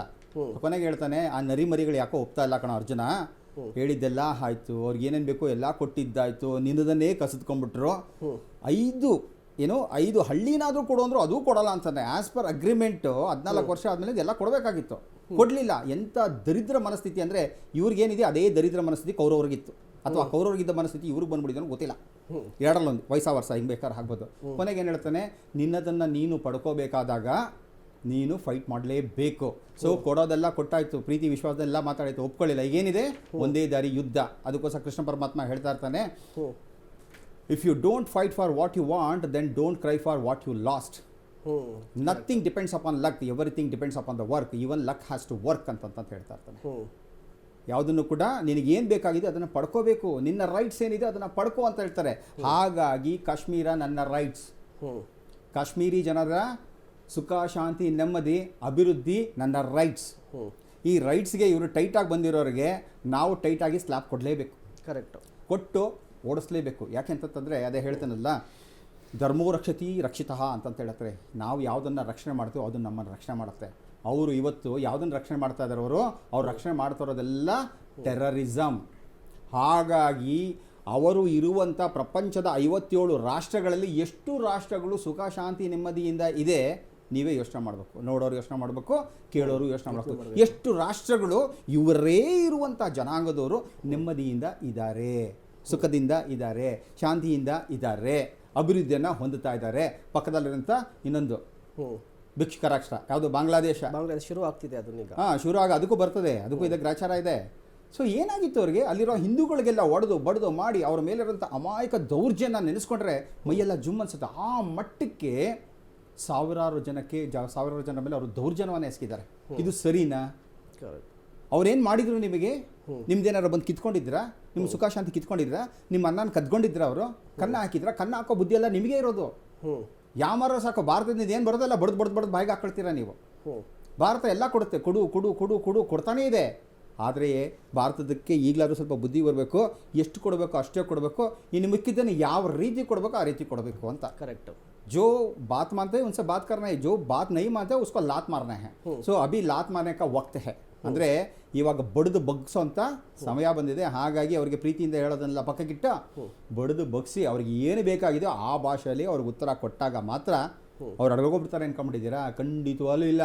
ಒಂದಷ್ಟು ದಿನ ಏಟು ಬಿತ್ತು, ಆ ಗಾಯ ಒರೆಸ್ಕೊಳ್ಳೋಕ್ಕೆ, ಗಾಯವನ್ನು ಸುಧಾರಿಸ್ಕೊಳ್ಳೋಕ್ಕೆ ನೆಮ್ಮದಿಯಾಗಿ ಅಲ್ಲೆಲ್ಲ ಹೋಗಿರ್ತವೆ. ಮತ್ತೆ ಗಾಯ ಆರ್ತಂದರೆ ಮತ್ತೆ ಬರ್ತವೆ. ಯಾಕೆಂತಂದರೆ ಬುದ್ಧಿನೇ ಅಂತ ಕಚಡ ಬುದ್ಧಿ. ಹೌದು.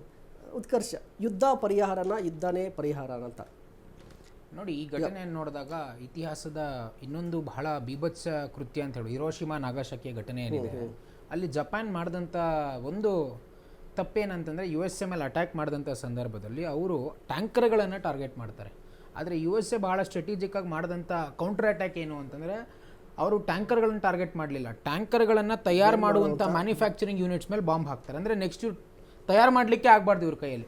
ಅದೇ ರೀತಿ ನಾವಿಲ್ಲಿ ಮಾಡಬೇಕಾಗಿರ್ತಕ್ಕಂಥದ್ದು, ಯಾವುದೋ ಈ ದಾಳಿ ಮಾಡಿರ್ತಕ್ಕಂಥ ಭಯೋತ್ಪಾದಕರು ಒಂದು ಕಡೆ, ಆದರೆ ಇದರ ಮಾಸ್ಟರ್ ಮೈಂಡ್ ಏನಿದ್ದಾರೆ ಇವರನ್ನ ಮೋಟಿವೇಟ್ ಮಾಡಿ ಸಂಪೂರ್ಣವಾಗಿ ಸರಿಯಾದ ತಪ್ಪು ದಾರಿಯಲ್ಲಿ ನ್ಯಾವಿಗೇಟ್ ಮಾಡ್ತಕ್ಕಂಥ ಈ ಮಾಸ್ಟರ್ ಮೈಂಡ್ಗಳನ್ನು ಹುಡುಕಿ ಹೊಡಿಬೇಕು. ಕರೆಕ್ಟ್. ಅವನು ಎಲ್ಲೇ ಇರಲಿ, ಪಾಕಿಸ್ತಾನದಲ್ಲಿರಲಿ, ಸೌದಿ ಅರೇಬಿಯಾದಲ್ಲಿರಲಿ, ಎಲ್ಲೇ ಇದ್ರೂ ಕೂಡ ಅವನನ್ನು ಹುಡುಕಿ ಹೊಡೆದಾಗ ಮಾತ್ರ ಅದು ಇದಕ್ಕೆ ಒಂದು ಅಂತ್ಯವನ್ನು ಆಡ್ಲಿಕ್ಕೆ ಸಾಧ್ಯ. ಇಲ್ಲ ಅಂತಂದ್ರೆ ಈ ರೀತಿಯ ಸರ್ ಹೇಳದಂಗೆ ಇಲಿ ಯಜ್ಞಗಳು ಉಡ್ಕೊಳ್ತಾ ಇರ್ತದೆ. ಯಾಕಂದ್ರೆ ಅವರ ಜನಸಂಖ್ಯೆ ಜಾಸ್ತಿ, ಹುಲಿ ಸಿಂಹಗಳು ಸಮಾಜದಲ್ಲಿ ಹುಟ್ಟುವಂಥದ್ದು ಬಹಳ ಕಷ್ಟ. ಯಾಕಂದ್ರೆ ಎಲ್ಲರೂ ಶಿವಾಜಿ ಮಹಾರಾಜ್ ಆಗಕ್ಕಾಗಲ್ಲ, ಎಲ್ಲರೂ ಕೃಷ್ಣದೇವರ ಆಗಕ್ಕಾಗಲ್ಲ. ಸೊ ಹಾಗಾಗಿ ಇಂಥ ಇಲಿ ಯಜ್ಞಗಳು ಜಾಸ್ತಿ ಇರ್ತವೆ. ಇದರ ಮೂಲ ಮದರ್ ಅಂದ್ರೆ ತಾಯಿ ಬೇರೆ ಎಲ್ಲಿರ್ತದೆ ಅದನ್ನು ಕಿತ್ತಾಕಬೇಕು. ಅದನ್ನು ಕಿತ್ತಾಕಿದಾಗ ಮಾತ್ರ ಇದಕ್ಕೆ ಅಂತ್ಯವನ್ನು ಆಡ್ಲಿಕ್ಕೆ ಸಾಧ್ಯ. ಯಾವ ರೀತಿ USA ಮೇಲೆ ಅದರ ವರ್ಲ್ಡ್ ಟ್ರೇಡ್ ಸೆಂಟರ್ ಮೇಲೆ ಅಟ್ಯಾಕ್ ಮಾಡಿದಾಗ USA ಪಾಕಿಸ್ತಾನಕ್ಕೆ ನುಗ್ಗಿ ಒಸಾಮಾ ಬಿನ್ ಲಾಡನ್ನ ಹೊಡೆದ್ರು, ಆ ತಾಕತ್ತು ಶೌರ್ಯ ನಮ್ಮಲ್ಲೂ ಇದೆ. ಅದನ್ನು ಮಾಡಿದಾಗ ಮಾತ್ರ ಇದಕ್ಕೆ ಅಂತ್ಯ. ಸುಮ್ಮನೆ ಅವ್ರನ್ನ ನಾವು ಹುಡ್ಕೊಂಡು ಹೋಗಿ ಹೊಡೆಯುವಂಥದ್ದಲ್ಲ. ಅವನು ಎಲ್ಲೇ ಇದ್ರೂ ಕೂಡ, ಪಾಕಿಸ್ತಾನದಲ್ಲಿ ಇರಲಿ ಎಲ್ಲೇ ಇರಲಿ, ಅವನನ್ನು ಹುಡುಕಿ ಹೋಗಿ ಹೊಡೆಯುವಂಥ ಕೆಲಸ ನಾವು ಮಾಡೋದು. ಸೆಲ್ವರಾಜ್, ಈ ಕ್ಷಣದಲ್ಲಿ ನಾವು ಅದನ್ನು ನಿರೀಕ್ಷೆ ಮಾಡ್ಬೋದಾ? ಈಗ ಕ್ಯಾಬಿನೆಟ್ ಕೂಡ ನಡೀತಾ ಇದೆ. ಖಂಡಿತವಲ್ಲ. ಸೊ ಪುಲ್ವಾಮಾ ಮೇಲೆ ಆದಾಗ ಏನಾಯ್ತು, ಬಾಲಾಕೋಟ್ ಮೇಲೆ ಆಗುತ್ತೆ ಅಂತ ನಾವು ನೀವೇನಾರು ಕನ್ಸ್ಕೊಂಡಿದ್ವಾ? ಸಾಧ್ಯ ಇಲ್ಲ, ಕನಸೇ ಕಂಡಿರಲಿಲ್ಲ. ಆದರೆ ಅದೇ ಹೇಳ್ತಾರ ನಮ್ಮ ದೇಶದ ನಾಯಕರು, ಅತ್ಯುತ್ತಮ ನಾಯಕರು, ಅವ್ರು ಹೇಳ್ತಾರಲ್ಲ, ನನ್ನ ಜಾಗದಿಂದ ನನ್ನ ಸಮಯದಲ್ಲಿ ನನಗೆ ಯಾವ ರೀತಿಯಲ್ಲಿ ನಿನಗೆ ಪ್ರತ್ಯುತ್ತರ ಕೊಡಬೇಕೋ ಅವಾಗ ಕೊಟ್ಟೇ ಕೊಡ್ತೀನಿ ಅಂತ ಹೇಳಿದ್ರು. ಡಂಗುರ ಬಡ್ಕೊಂಡು ಯಾರಿಗೂ ಹೇಳಿಲ್ಲ, ಬಟ್ ಯಾವಾಗ ಕೊಟ್ಟರೋ ಸರಿಯಾಗಿ ಕೊಟ್ಟರು. ಈ ಸಲನೂ ಹಾಗೇ ಕೊಟ್ಟೇ ಕೊಡ್ತಾರೆ ಅನ್ನೋಂಥ ಭರವಸೆ ನಮ್ಮ ದೇಶದಲ್ಲಿರುವ ಪ್ರತಿಯೊಬ್ಬ ದೇಶಾಭಿಮಾನಿಗಳಿಗಿದೆ. ನಾನು ಪರ್ಟಿಕ್ಯುಲರ್ ಆಗಿ ಹೇಳ್ತಾ ಇದ್ದೀನಿ, ದೇಶಾಭಿಮಾನಿಗಳಿಗಿದೆ. ದೇಶದ ಮೇಲೆ ನಿರಭಿಮಾನರು ಅಂತ ನಾನು ಹೇಳ್ತಾ ಇರ್ತಾನೆ. ನಮ್ಮ ದೇಶದಲ್ಲಿ ಹೇಳ್ತಾ ಇರ್ತಿಲ್ಲ, ಏನು ಇಸ್ರೇಲ್ ತೊಗೊಂಡಾಗ 85ರಿಂದ 86 ಲಕ್ಷ ಜನ ಇದ್ದಾರೆ. 86 ಲಕ್ಷ ಜನಕ್ಕೆ 86 ಲಕ್ಷಗಳು ಜನಗಳು ಪ್ರತಿಯೊಬ್ಬರು ಕೂಡ ದೇಶಾಭಿಮಾನವನ್ನು ಹೊಂದಿದ್ದಾರೆ. ದೇಶಕ್ಕೋಸ್ಕರ ಸರ್ವವನ್ನು ಸಮರ್ಪಣೆ ಮಾಡೋದಲ್ಲಿದ್ದಾರೆ. ನಮ್ಮ ಭಾರತ ದೇಶ 140 ಕೋಟಿ ಹೊಟಾಯ್ತು ಅಂತ ಅಂದ್ಕೊಳ್ತೀವಿ. ನನ್ನ ಪ್ರಕಾರ ಅದು ಎಷ್ಟು ಕೋಟಿಗೆ ಮಾತ್ರ ನಿಜವಾಗ್ಲೂ ದೇಶಾಭಿಮಾನ ಇದೆಯೋ ಗೊತ್ತಿಲ್ಲ. ಇಡೀ ಪ್ರಪಂಚದಲ್ಲಿ ಈ ದೇಶದ ಅನ್ನವನ್ನು ತಿಂದು, ಈ ದೇಶದಲ್ಲಿ ಬೆಳೆದು, ಈ ದೇಶದ ಗಾಳಿಯನ್ನು ಸೇವನೆ ಮಾಡಿ, ಈ ದೇಶದಲ್ಲಿ ತನ್ನ ಸಂತತಿಯನ್ನು ಬೆಳೆಸ್ಕೊಂಡು ಹೋಗಿ ಈ ದೇಶಕ್ಕೆ ದ್ರೋಹವನ್ನು ಬಗೆಯುವಂತಹ ಮನಸ್ಥಿತಿ ಇರುವಂಥ ಏಕೈಕ ರಾಷ್ಟ್ರ ಪ್ರಪಂಚದಲ್ಲಿ ಎಲ್ಲಾದರೂ ಇದೆಯಾ ಅಂತಾರೆ ಇದೇ. ಅದು ಭಾರತ. ನಾವು ಪಾಕಿಸ್ತಾನದ ಬಗ್ಗೆ ಮಾತನಾಡಿದ್ವಿ, ಯುದ್ಧ ಅಂತ ಹೇಳಿದ್ವಿ, ಬಟ್ ದೇಶದ ಒಳಗಡೆ ಇರುವಂಥ ಕ್ರಿಮಿಗಳನ್ನ ಯಾವ ರೀತಿಯಾಗಿ ಮಟ್ಟ ಹಾಕೋದು, ಅದಕ್ಕೇನಾದರೂ ಪರಿಹಾರ ಇದೆಯಾ? ಖಂಡಿತವಲ್ಲೂ ಇದೆ. ಅದನ್ನ ಫಸ್ಟ್ ಅವರು ಅರ್ಥ ಮಾಡ್ಕೋಬೇಕು. ಈ ಮತಗುರುಗಳು ಧರ್ಮಗುರುಗಳು ಅಂತ ಏನು ಬಂದು ಹೇಳ್ತಾ ಇದ್ದಾರಲ್ಲ, is it good to the whole society? So ನಮ್ದೇನು ಹೇಳುತ್ತೆ, ನಮ್ಮ ಶಾಸ್ತ್ರಗಳು ಏನು ಹೇಳುತ್ತೆ ಅಂತಂದರೆ, ನೀ ಏನಾದರೂ ಕೆಲಸ ಮಾಡು, ನೀ ಏನಾದರೂ ಮಾತಾಡು, ಏನಾದರೂ ಹೇಳು, ಏನಾದರೂ ಚಿಂತನೆ ಮಾಡು. ಶ್ರೀಕೃಷ್ಣ ಪರಮಾತ್ಮ ಭಗವದ್ಗೀತೆಯಲ್ಲಿ ಇದನ್ನೇ ಹೇಳಿರೋದು. Think what you think, it should be good to everyone. What you talk, it should be good to everyone. What you do, it should be good to everyone. ನೋಡಿ ಎಷ್ಟು ಚೆನ್ನಾಗಿದೆ ಇದು. ನೀನು ಮಾತಾಡೋಂಥ ನಿನ್ನ ಚಿಂತನೆಗಳು ಜಗದ ಹಿತವನ್ನು ನೋಡಲಿ, ನಿನ್ನ ಮಾತು ಜಗಕ್ಕೆ ಹಿತವನ್ನು ತರಲಿ, ನೀವು ಮಾಡುವಂಥ ಕೆಲಸ ಕಾರ್ಯ ಜಗದ ಉದ್ಧಾರ ಆಗಲಿ ಅಂತ ಹೇಳುತ್ತೆ. ಇದು ಹೆಂಗಿದೆ? ಇದು ಬಿಟ್ಬಿಟ್ಟು ನಮ್ಮದು ಮಾತ್ರ ಉದ್ಧಾರ ಆಗಲಿ, ನಮ್ಮದು ಮಾತ್ರ ಆಗಲಿ, ಬೇರೆಯೋದೆಲ್ಲ ಹಾಳಾಗೋಗ್ಲಿ, ಬೇರೆಯೋದೆಲ್ಲ ಆ ಮನಸ್ಥಿತಿಯನ್ನು ಬಿಟ್ಟು ಯಾವಾಗ ಈ ಮನಸ್ಥಿತಿಗೆ ಬರ್ತಾರೋ, ಯಾರು ನಿಜವಾಗಲೂ ಧರ್ಮದ ಅರ್ಥವನ್ನು ತಿಳ್ಕೊಳ್ತಾರೋ ಅವತ್ತು ಪರಿವರ್ತನೆ ಆಗುತ್ತೆ. ಆದರೆ ಇವರು ಪರಿವರ್ತನೆ ಆಗ್ಬಿಡ್ತಾರಾ? ಆಗಲ್ಲ ಪಾಪ. ಅಯ್ಯೋ ಪಾಪ ಅನ್ಸುತ್ತೆ ಅಗೇನ್ ನನಗೆ. ಯಾಕಂತಾರೆ ಈ ಚಿಕ್ಕ ವಯಸ್ಸಲ್ಲೇ ತೊಗೊಂಡೋಗಿ ನೀವು ಮದ್ರಸಾಗಳಿಗೆ ಹಾಕ್ಬಿಡ್ತೀರಾ. ಮದ್ರಸಾದಲ್ಲಿ ಏನು ಹೇಳ್ತಾರೆ, ಪಾಕಿಸ್ತಾನದಲ್ಲಿರುವಂಥ ಮದ್ರಸಾಗಳಲ್ಲಿ ಇಂಟರ್ವ್ಯೂಗಳು ಮಾಡ್ತಾರೆ, ನೋಡ್ರೆ ಅವ್ರಿಗೆ ಏನು ಹೇಳ್ತಾರೆ, ನಿನ್ನ ಜೀವನದ ಉದ್ದೇಶ ಏನಾಗಬೇಕು ಅಂದರೆ ಭಾರತವನ್ನು ಅಳಿಸಬೇಕು ಅಂತ. ಅದು ಎಷ್ಟಿದೆ? 3ನೇ ಕ್ಲಾಸು 4ನೇ ಕ್ಲಾಸು 1ನೇ ಕ್ಲಾಸ್ ಹೋದಂಥ ಆ ಮಗುಗೆ ಆ ವಯಸ್ಸಿಂದನೇ ನೀನು ದ್ವೇಷವನ್ನು ತುಂಬುತ್ತಾ ಬಂತು ಅಂತಂದರೆ ಅವನು ದಾನವನಾಗ್ತಾನೋ, ಮಾನವನಾಗ್ತಾನೋ, ಅಥವಾ ದೈವವಾಗ್ತಾನೋ? ಅದು ದಾನವ ಅಂತಂದರೆ ರಾಕ್ಷಸ ಅಂತ. ಚಿಕ್ಕ ವಯಸ್ಸಿನ ನೀವು ರಾಕ್ಷಸಿ ಪ್ರವೃತ್ತಿಯನ್ನು, ರಾಕ್ಷಸಿ ಪಾಠವನ್ನು, ರಾಕ್ಷಸಿ ಗುಣಲಕ್ಷಣಗಳನ್ನು ತುಂಬ್ತಾ ಹೋದಾಗ ಪಾಪ ಜೀವನದಲ್ಲಿ ಚೆನ್ನಾಗಿರ್ಬೇಕಾರಂತ ಮಗು ಬೆಳೆದಾದ್ಮೇಲಿಂದ ಚಿಕ್ಕ ವಯಸ್ಸಿಂದನೇ ರಾಕ್ಷಸಿ ಪ್ರವೃತ್ತಿಯನ್ನು ಬೆಳೆಸ್ಕೊಂಡ್ಬಿಟ್ಟು ರಾಕ್ಷಸನ ಥರ ಆಡಿ, ರಾಕ್ಷಸನ ಥರ ಎಲ್ಲೋ ಗುಂಡೇಟೋ, ಕೊಡ್ಲಿಯೇಟೋ, ಮಚ್ಚಿನೇಟೋ ತಿಂದು ಸಾಯ್ತದೆ.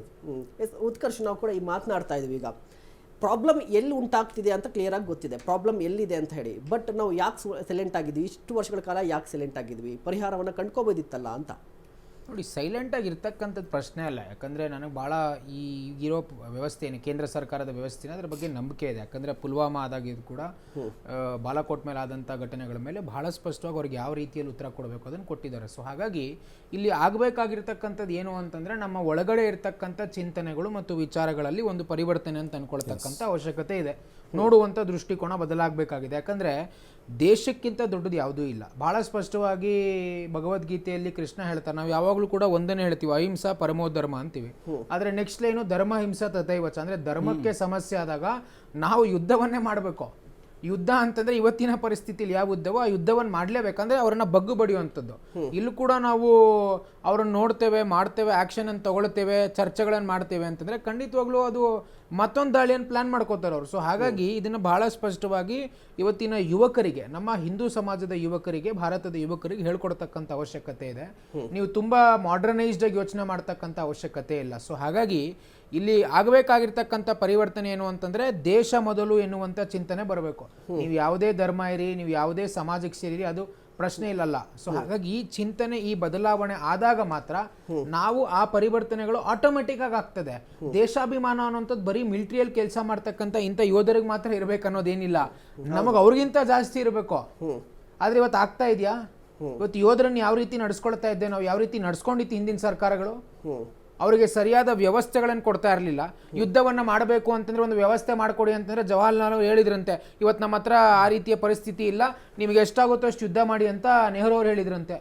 ಈ ರೀತಿಯ ತಾತ್ಸಾರದ ಮನೋಭಾವನೆ ಇದ್ದಾಗ ಯೋಧರು ಯಾವ ರೀತಿ ಕೆಲಸ ಮಾಡೋಕ್ಕಾಗತ್ತೆ? ಆದರೆ ಇವತ್ತು ಆ ಪರಿಸ್ಥಿತಿ ಇಲ್ಲ. ಖಂಡಿತವಾಗ್ಲೂ ದೇಶ ಬದಲಾಗಿದೆ. ಅವ್ರಿಗೆ ಬೇಕಾದಂಥ ಎಲ್ಲ ರೀತಿಯ ವ್ಯವಸ್ಥೆಗಳನ್ನ ಮೋದಿಜಿಯವರ ನೇತೃತ್ವದಲ್ಲಿ ಮಾಡ್ತಾ ಇದ್ದಾರೆ. ಆ ಭರವಸೆ ನನಗಿದೆ. ಓಕೆ ಸರ್, ಈಗ ನೋಡಿ ಟೈಮಿಂಗ್ ಬಗ್ಗೆ ಒಂಚೂರು ಮಾತನಾಡಬೇಕಾಗುತ್ತೆ. ಅಂದ್ರೆ ಉಗ್ರ ಈ ದಾಳಿ ನಡೆಸಿರುವಂತ ಸಂದರ್ಭ ಹೇಗಿದೆ ಅಂತ ಹೇಳಿದ್ರೆ, ಭಾರತದಲ್ಲಿ ಅಮೆರಿಕದ ಉಪಾಧ್ಯಕ್ಷರಿದ್ದಾರೆ, ಅದೇ ರೀತಿಯಾಗಿ ಸೌದಿ ಅರೇಬಿಯಾಗೆ ಪ್ರಧಾನಿ ನರೇಂದ್ರ ಮೋದಿ ಅವರು ಹೋಗಿ ಬರ್ತಾ ಇದ್ದಾರೆ. ಇಂತಹ ಸಂದರ್ಭದಲ್ಲಿ ಇದ್ರ ಜೊತೆಗೆ ಪ್ರವಾಸಿಗರು ಹೆಚ್ಚಾಗಿ ಕಾಶ್ಮೀರಕ್ಕೆ ಹೋಗೋದು ಇದೇ ಟೈಮಲ್ಲಿ. ಈ ಟೈಮಿಂಗ್ ಬಗ್ಗೆ ಏನು ಹೇಳಿ, ಸೀಸನ್ ನೋಡಿ, ಈ ಸೀಸನ್ ಬಗ್ಗೆ ಏನು ಹೇಳ್ತೀರಾ? ಟೈಮಿಂಗ್ ಬಗ್ಗೆ, ಈ ಟೈಮಿಂಗ್ ಅಂತಂದರೆ ಅವರಿಗೆ ಈ ಸೀಸನ್ಗಿನ ಹೆಚ್ಚಾಗಿ ಏನಾಗಿದೆ ಅಂತಂದರೆ, ವಿದೇಶದಿಂದ ಬಂದಂಥ GD ವೈನ್ಸ್ ಮತ್ತು ಅವರ ಉಷಾ ವ್ಯಾನ್ಸ್ ಅವ್ರು ಏನು ಬಂದಿದ್ದಾರಲ್ಲ, ಅವ್ರು ಬಂದಾಗ ನಮ್ಮನೇಲಿ ಈಗ ಸಾಧಾರಣ ನೋಡಿ, ನಮ್ಮನೇಲಿ ಯಾರೋ ನೆಂಟರು ಬಂದಾಗ ನಾವು ನಗನಂಗತ ಸಂತೋಷವಾಗಿದ್ದಾಗ ಬಂದಂಥ ನೆಂಟರಿಗೂ ಏನಾಗುತ್ತೆ, ಸಂತೋಷಕರವಾದಂಥ ವಾತಾವರಣ ಸಿಗುತ್ತೆ. ಅವ್ರು ಅಂದ್ಕೊಳ್ತಾರೆ, ಎಷ್ಟಪ್ಪ ಇವ್ರು ಚೆನ್ನಾಗಿದ್ದಾರೆ, ಮಾಡ್ತಾ ಇದ್ದಾರೆ, ಇವರು ಸುಖ ಸಂತೋಷ ನೆಮ್ಮದಿಯಿಂದ ಇದ್ದಾರೆ ಅಂಥೇಳಿ ಅವರು ಒಳ್ಳೆ ಮನೋಭಾವದಿಂದ ಬರ್ತಾರೆ. ಅವರು ನಮಗೇನಾದ್ರು ಕೊಡುಗೆ ಕೊಡಬೇಕಾದ್ರೆ ಸಂತೋಷದಿಂದ ಕೊಡ್ತಾರೆ, ನಮ್ಮಿಂದ ಏನಾದ್ರು ಕೊಡುಗೆ ತೊಗೊಂಡು ಹೋಗ್ತಾರೆ. ಕರೆಕ್ಟ್. ಇವ್ರಿಗೆ ಬಂದಿರೋದು ಏನು ಗೊತ್ತಾ ಇವಾಗ, ಹೊಟ್ಟೆ ಉರಿ. ಈಗ ಟ್ರಂಪು ಮೋದಿಯವ್ರ ಜೊತೆ ಚೆನ್ನಾಗಿದ್ದಾರೆ, ಅಮೆರಿಕ ಭಾರತದ ಜೊತೆ ಚೆನ್ನಾಗಿದೆ.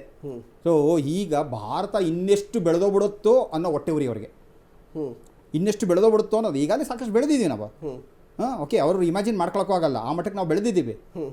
ಅವ್ರ ಕನ್ಸು ಮನಸ್ಸಲ್ಲೂ ಕೂಡ ಈ ಮಟ್ಟಕ್ಕೆ ಬರೋಕ್ಕೆ ಸಾಧ್ಯನೇ ಇಲ್ಲ. ಯಾಕೆಂತಂದರೆ ಅವರ ಮನೋಭಾವ ಸರಿ ಇಲ್ಲ, ಹಾಗಾಗಿ ಅವ್ರು ಬೆಳೆಯೋದಿಲ್ಲ. ಮನಸ್ಥಿತಿನೂ ಸರಿ ಇಲ್ಲ, ಪರಿಸ್ಥಿತಿನೂ ಸರಿ ಇಲ್ಲ. ಈಗ ಆ ಮನಸ್ಥಿತಿ ಸರಿ ಇಲ್ಲ ಅಂದರೆ ಪರಿಸ್ಥಿತಿ ಸರಿ ಇರಲ್ಲ. ಅವ್ನ ಮನಸ್ಥಿತಿ ಏನಿರಬೇಕಾಗಿತ್ತು, ನಾನು ಚೆನ್ನಾಗಿರ್ತೀನಿ, ಪಾಕಿಸ್ತಾನನೂ ಚೆನ್ನಾಗಿರಲಿ, ಭಾರತನೂ ಚೆನ್ನಾಗಿರಲಿ ಅನ್ನೋ ಮನೋಭಾವ ಬೆಳ್ಕೊಂಡಿದ್ದಿದ್ರೆ ಖಂಡಿತ ಅವರು ಚೆನ್ನಾಗಿದ್ರು. ಅವ್ರಿಗೇನು ಭಾರತ ಹಾಳಾಗೋಗ್ಲಿ, ಭಾರತ ಹಾಳಾಗೋಗ್ಲಿ, ಭಾರತ ಹಾಳಾಗೋಗ್ಲಿ. ಯಾರು ಹಾಳಾಗೋಗಿರೋದು? ನೀನು. ಭಾರತಕ್ಕೆ ದೌರ್ಭಾಗ್ಯ ಬರಲಿ, ದೌರ್ಭಾಗ್ಯ ಬರಲಿ, ದೌರ್ಭಾಗ್ಯ ದಿನ ಬೆಳಗ್ಗೆ ರಾತ್ರಿ ನೀವೆಲ್ಲ ಪ್ರಾರ್ಥನೆಯಲ್ಲ ಅದೇ ಬೆಳಕತ್ತಾ ಇರ್ತಿರಲ್ಲ, ಮಕ್ಳ ಕೈಲಿ ಅದೇ ಬಡಿಸ್ತಾರಲ್ಲ, ಚಿಕ್ಕ ಚಿಕ್ಕ ಮಕ್ಳ ಕೈಲಿ. ಬಟ್ ಭಗವಂತನಿಗೆ ಗೊತ್ತಿದೆ, ಯಾರಿಗೇನು ಕೊಡಬೇಕು, ಭಗವಂತನಿಗೆ ಏನು ಕೊಡಬೇಕು ಗೊತ್ತಿದೆ. ಯದ್ಭಾವಂ ತದ್ಭವತಿ ಅಂತಂದ್ಬಿಟ್ಟು ನಿನ್ನ ಭಾವನೆ ಹೇಗಿದೆಯೋ ಅದು ನಿನ್ನ ಜೀವನದಲ್ಲಿ ನಡೆಯುತ್ತೆ, ಮತ್ತೊಬ್ಬರ ಜೀವನದಲ್ಲ. Bharat is pure. ಹಾಗಿದ್ದಾಗ ಇವ್ರು ಬಂದ್ರಲ್ಲ, ಇನ್ನೆಲ್ಲಿ ಭಾರತ ಬೆಳ್ಕೊಂಡ್ಬಿಡ್ತು, ಇವರ ಬಾಂಧವ್ಯ ಇನ್ನೂ ಚೆನ್ನಾಗಿ ಬೆಳೆದು ಭಾರತಕ್ಕೆ ಇನ್ನಷ್ಟು ಏನು ಅನುಕೂಲಗಳ ಆಗಿ ಸಪೋರ್ಟ್ ಸಿಕ್ಕಿ ಮಾಡಿ ಎಲ್ಲ ಬೆಳೆದ. ನೋಡಿ ಈಗಾಗಲೇ ಟ್ರಂಪ್ ಹೇಳಿದ್ದಾರೆ, don't worry, we are with you, let whatever it happens, let us destroy all the terrorist ಅಂತಂದ್ಬಿಟ್ಟು ಅವರು ಹೇಳಿದ್ದಾರೆ. ಇತ್ಲಾಗೆ ಪುಟಿನ್ ಅವರು ಹೇಳ್ಬಿಟ್ಟಿದ್ದಾರೆ, ಇಸ್ರೇಲ್ನವರು ಹೇಳ್ಬಿಟ್ಟಿದ್ದಾರೆ. ಈಗಾಗಲೇ 45 ರಾಷ್ಟ್ರಗಳು ಭಾರತದ ಪರವಾಗಿ ಧ್ವನಿ ಎತ್ತಿವೆ. ಕರೆಕ್ಟ್. ಯಾಕಂದ್ರೆ ಎಲ್ರಿಗೂ ಅದು ಮಗ್ಲು ಮುಳ್ಳೇನೆ. Terrorism is not only to India, it's ಮಗ್ಲು ಮುಳ್ಳು. ಹಿಂಗ್ ಹೊರಗಿದ್ರು ಚುಚ್ಚುತ್ತೆ, ಹಂಗ್ ಹೊರಗಿದ್ರು ಚುಚ್ಚುತ್ತೆ. ಕ್ವಿಕ್ ಆಗಿ ಸರ್, ಸ್ವಲ್ಪ ಬೇಗ ಮುಗಿಸ್ಬೇಕಿತ್ತು. ಸೊ ಹೀಗಾಗಿ ಏನಾಗ್ತಿದೆ ಅಂತಂದ್ರೆ, ಇವರು ಬೇಕು ಅಂತಾನೆ ಮಾಡ್ತಾ ಇರೋದು, ಬೇಕು ಅಂತ ಮಾಡಿ ಭಾರತದಲ್ಲಿ ಎಲ್ಲವೂ ಚೆನ್ನಾಗಿಲ್ಲ ಅನ್ನುವಂಥ ಮನೋಭಾವ ಅವ್ರಿಗೆ ತರಬೇಕು ಅನ್ನೋದಕ್ಕೋಸ್ಕರ ಬೇಕು ಅಂತ ಮಾಡಿರೋದು. ಬಟ್ ಅವ್ರು ಬಂದಿದ್ದಾರೆ, ಡಿಪ್ಲೊಮೆಟ್ಸ್, ಅವ್ರಿಗೆ ಗೊತ್ತಿದೆ. Thank you so much sir, ಕಾರ್ಯಕ್ರಮದಲ್ಲಿ ಭಾಗಿಯಾಗಿದೆ. Thank you so much Utkarsh. ವೀಕ್ಷಕರೇ, ಇದಾಗಿತ್ತು ಕ್ಷಣದ ವಿಶೇಷ. ನೋಡ್ತಾ ಇರಿ ಅಶ್ವವೇಗ ನ್ಯೂಸ್. ಇದು ಸತ್ಯಾನ್ವೇಷಣೆಯ ಓಟದಲ್ಲಿ.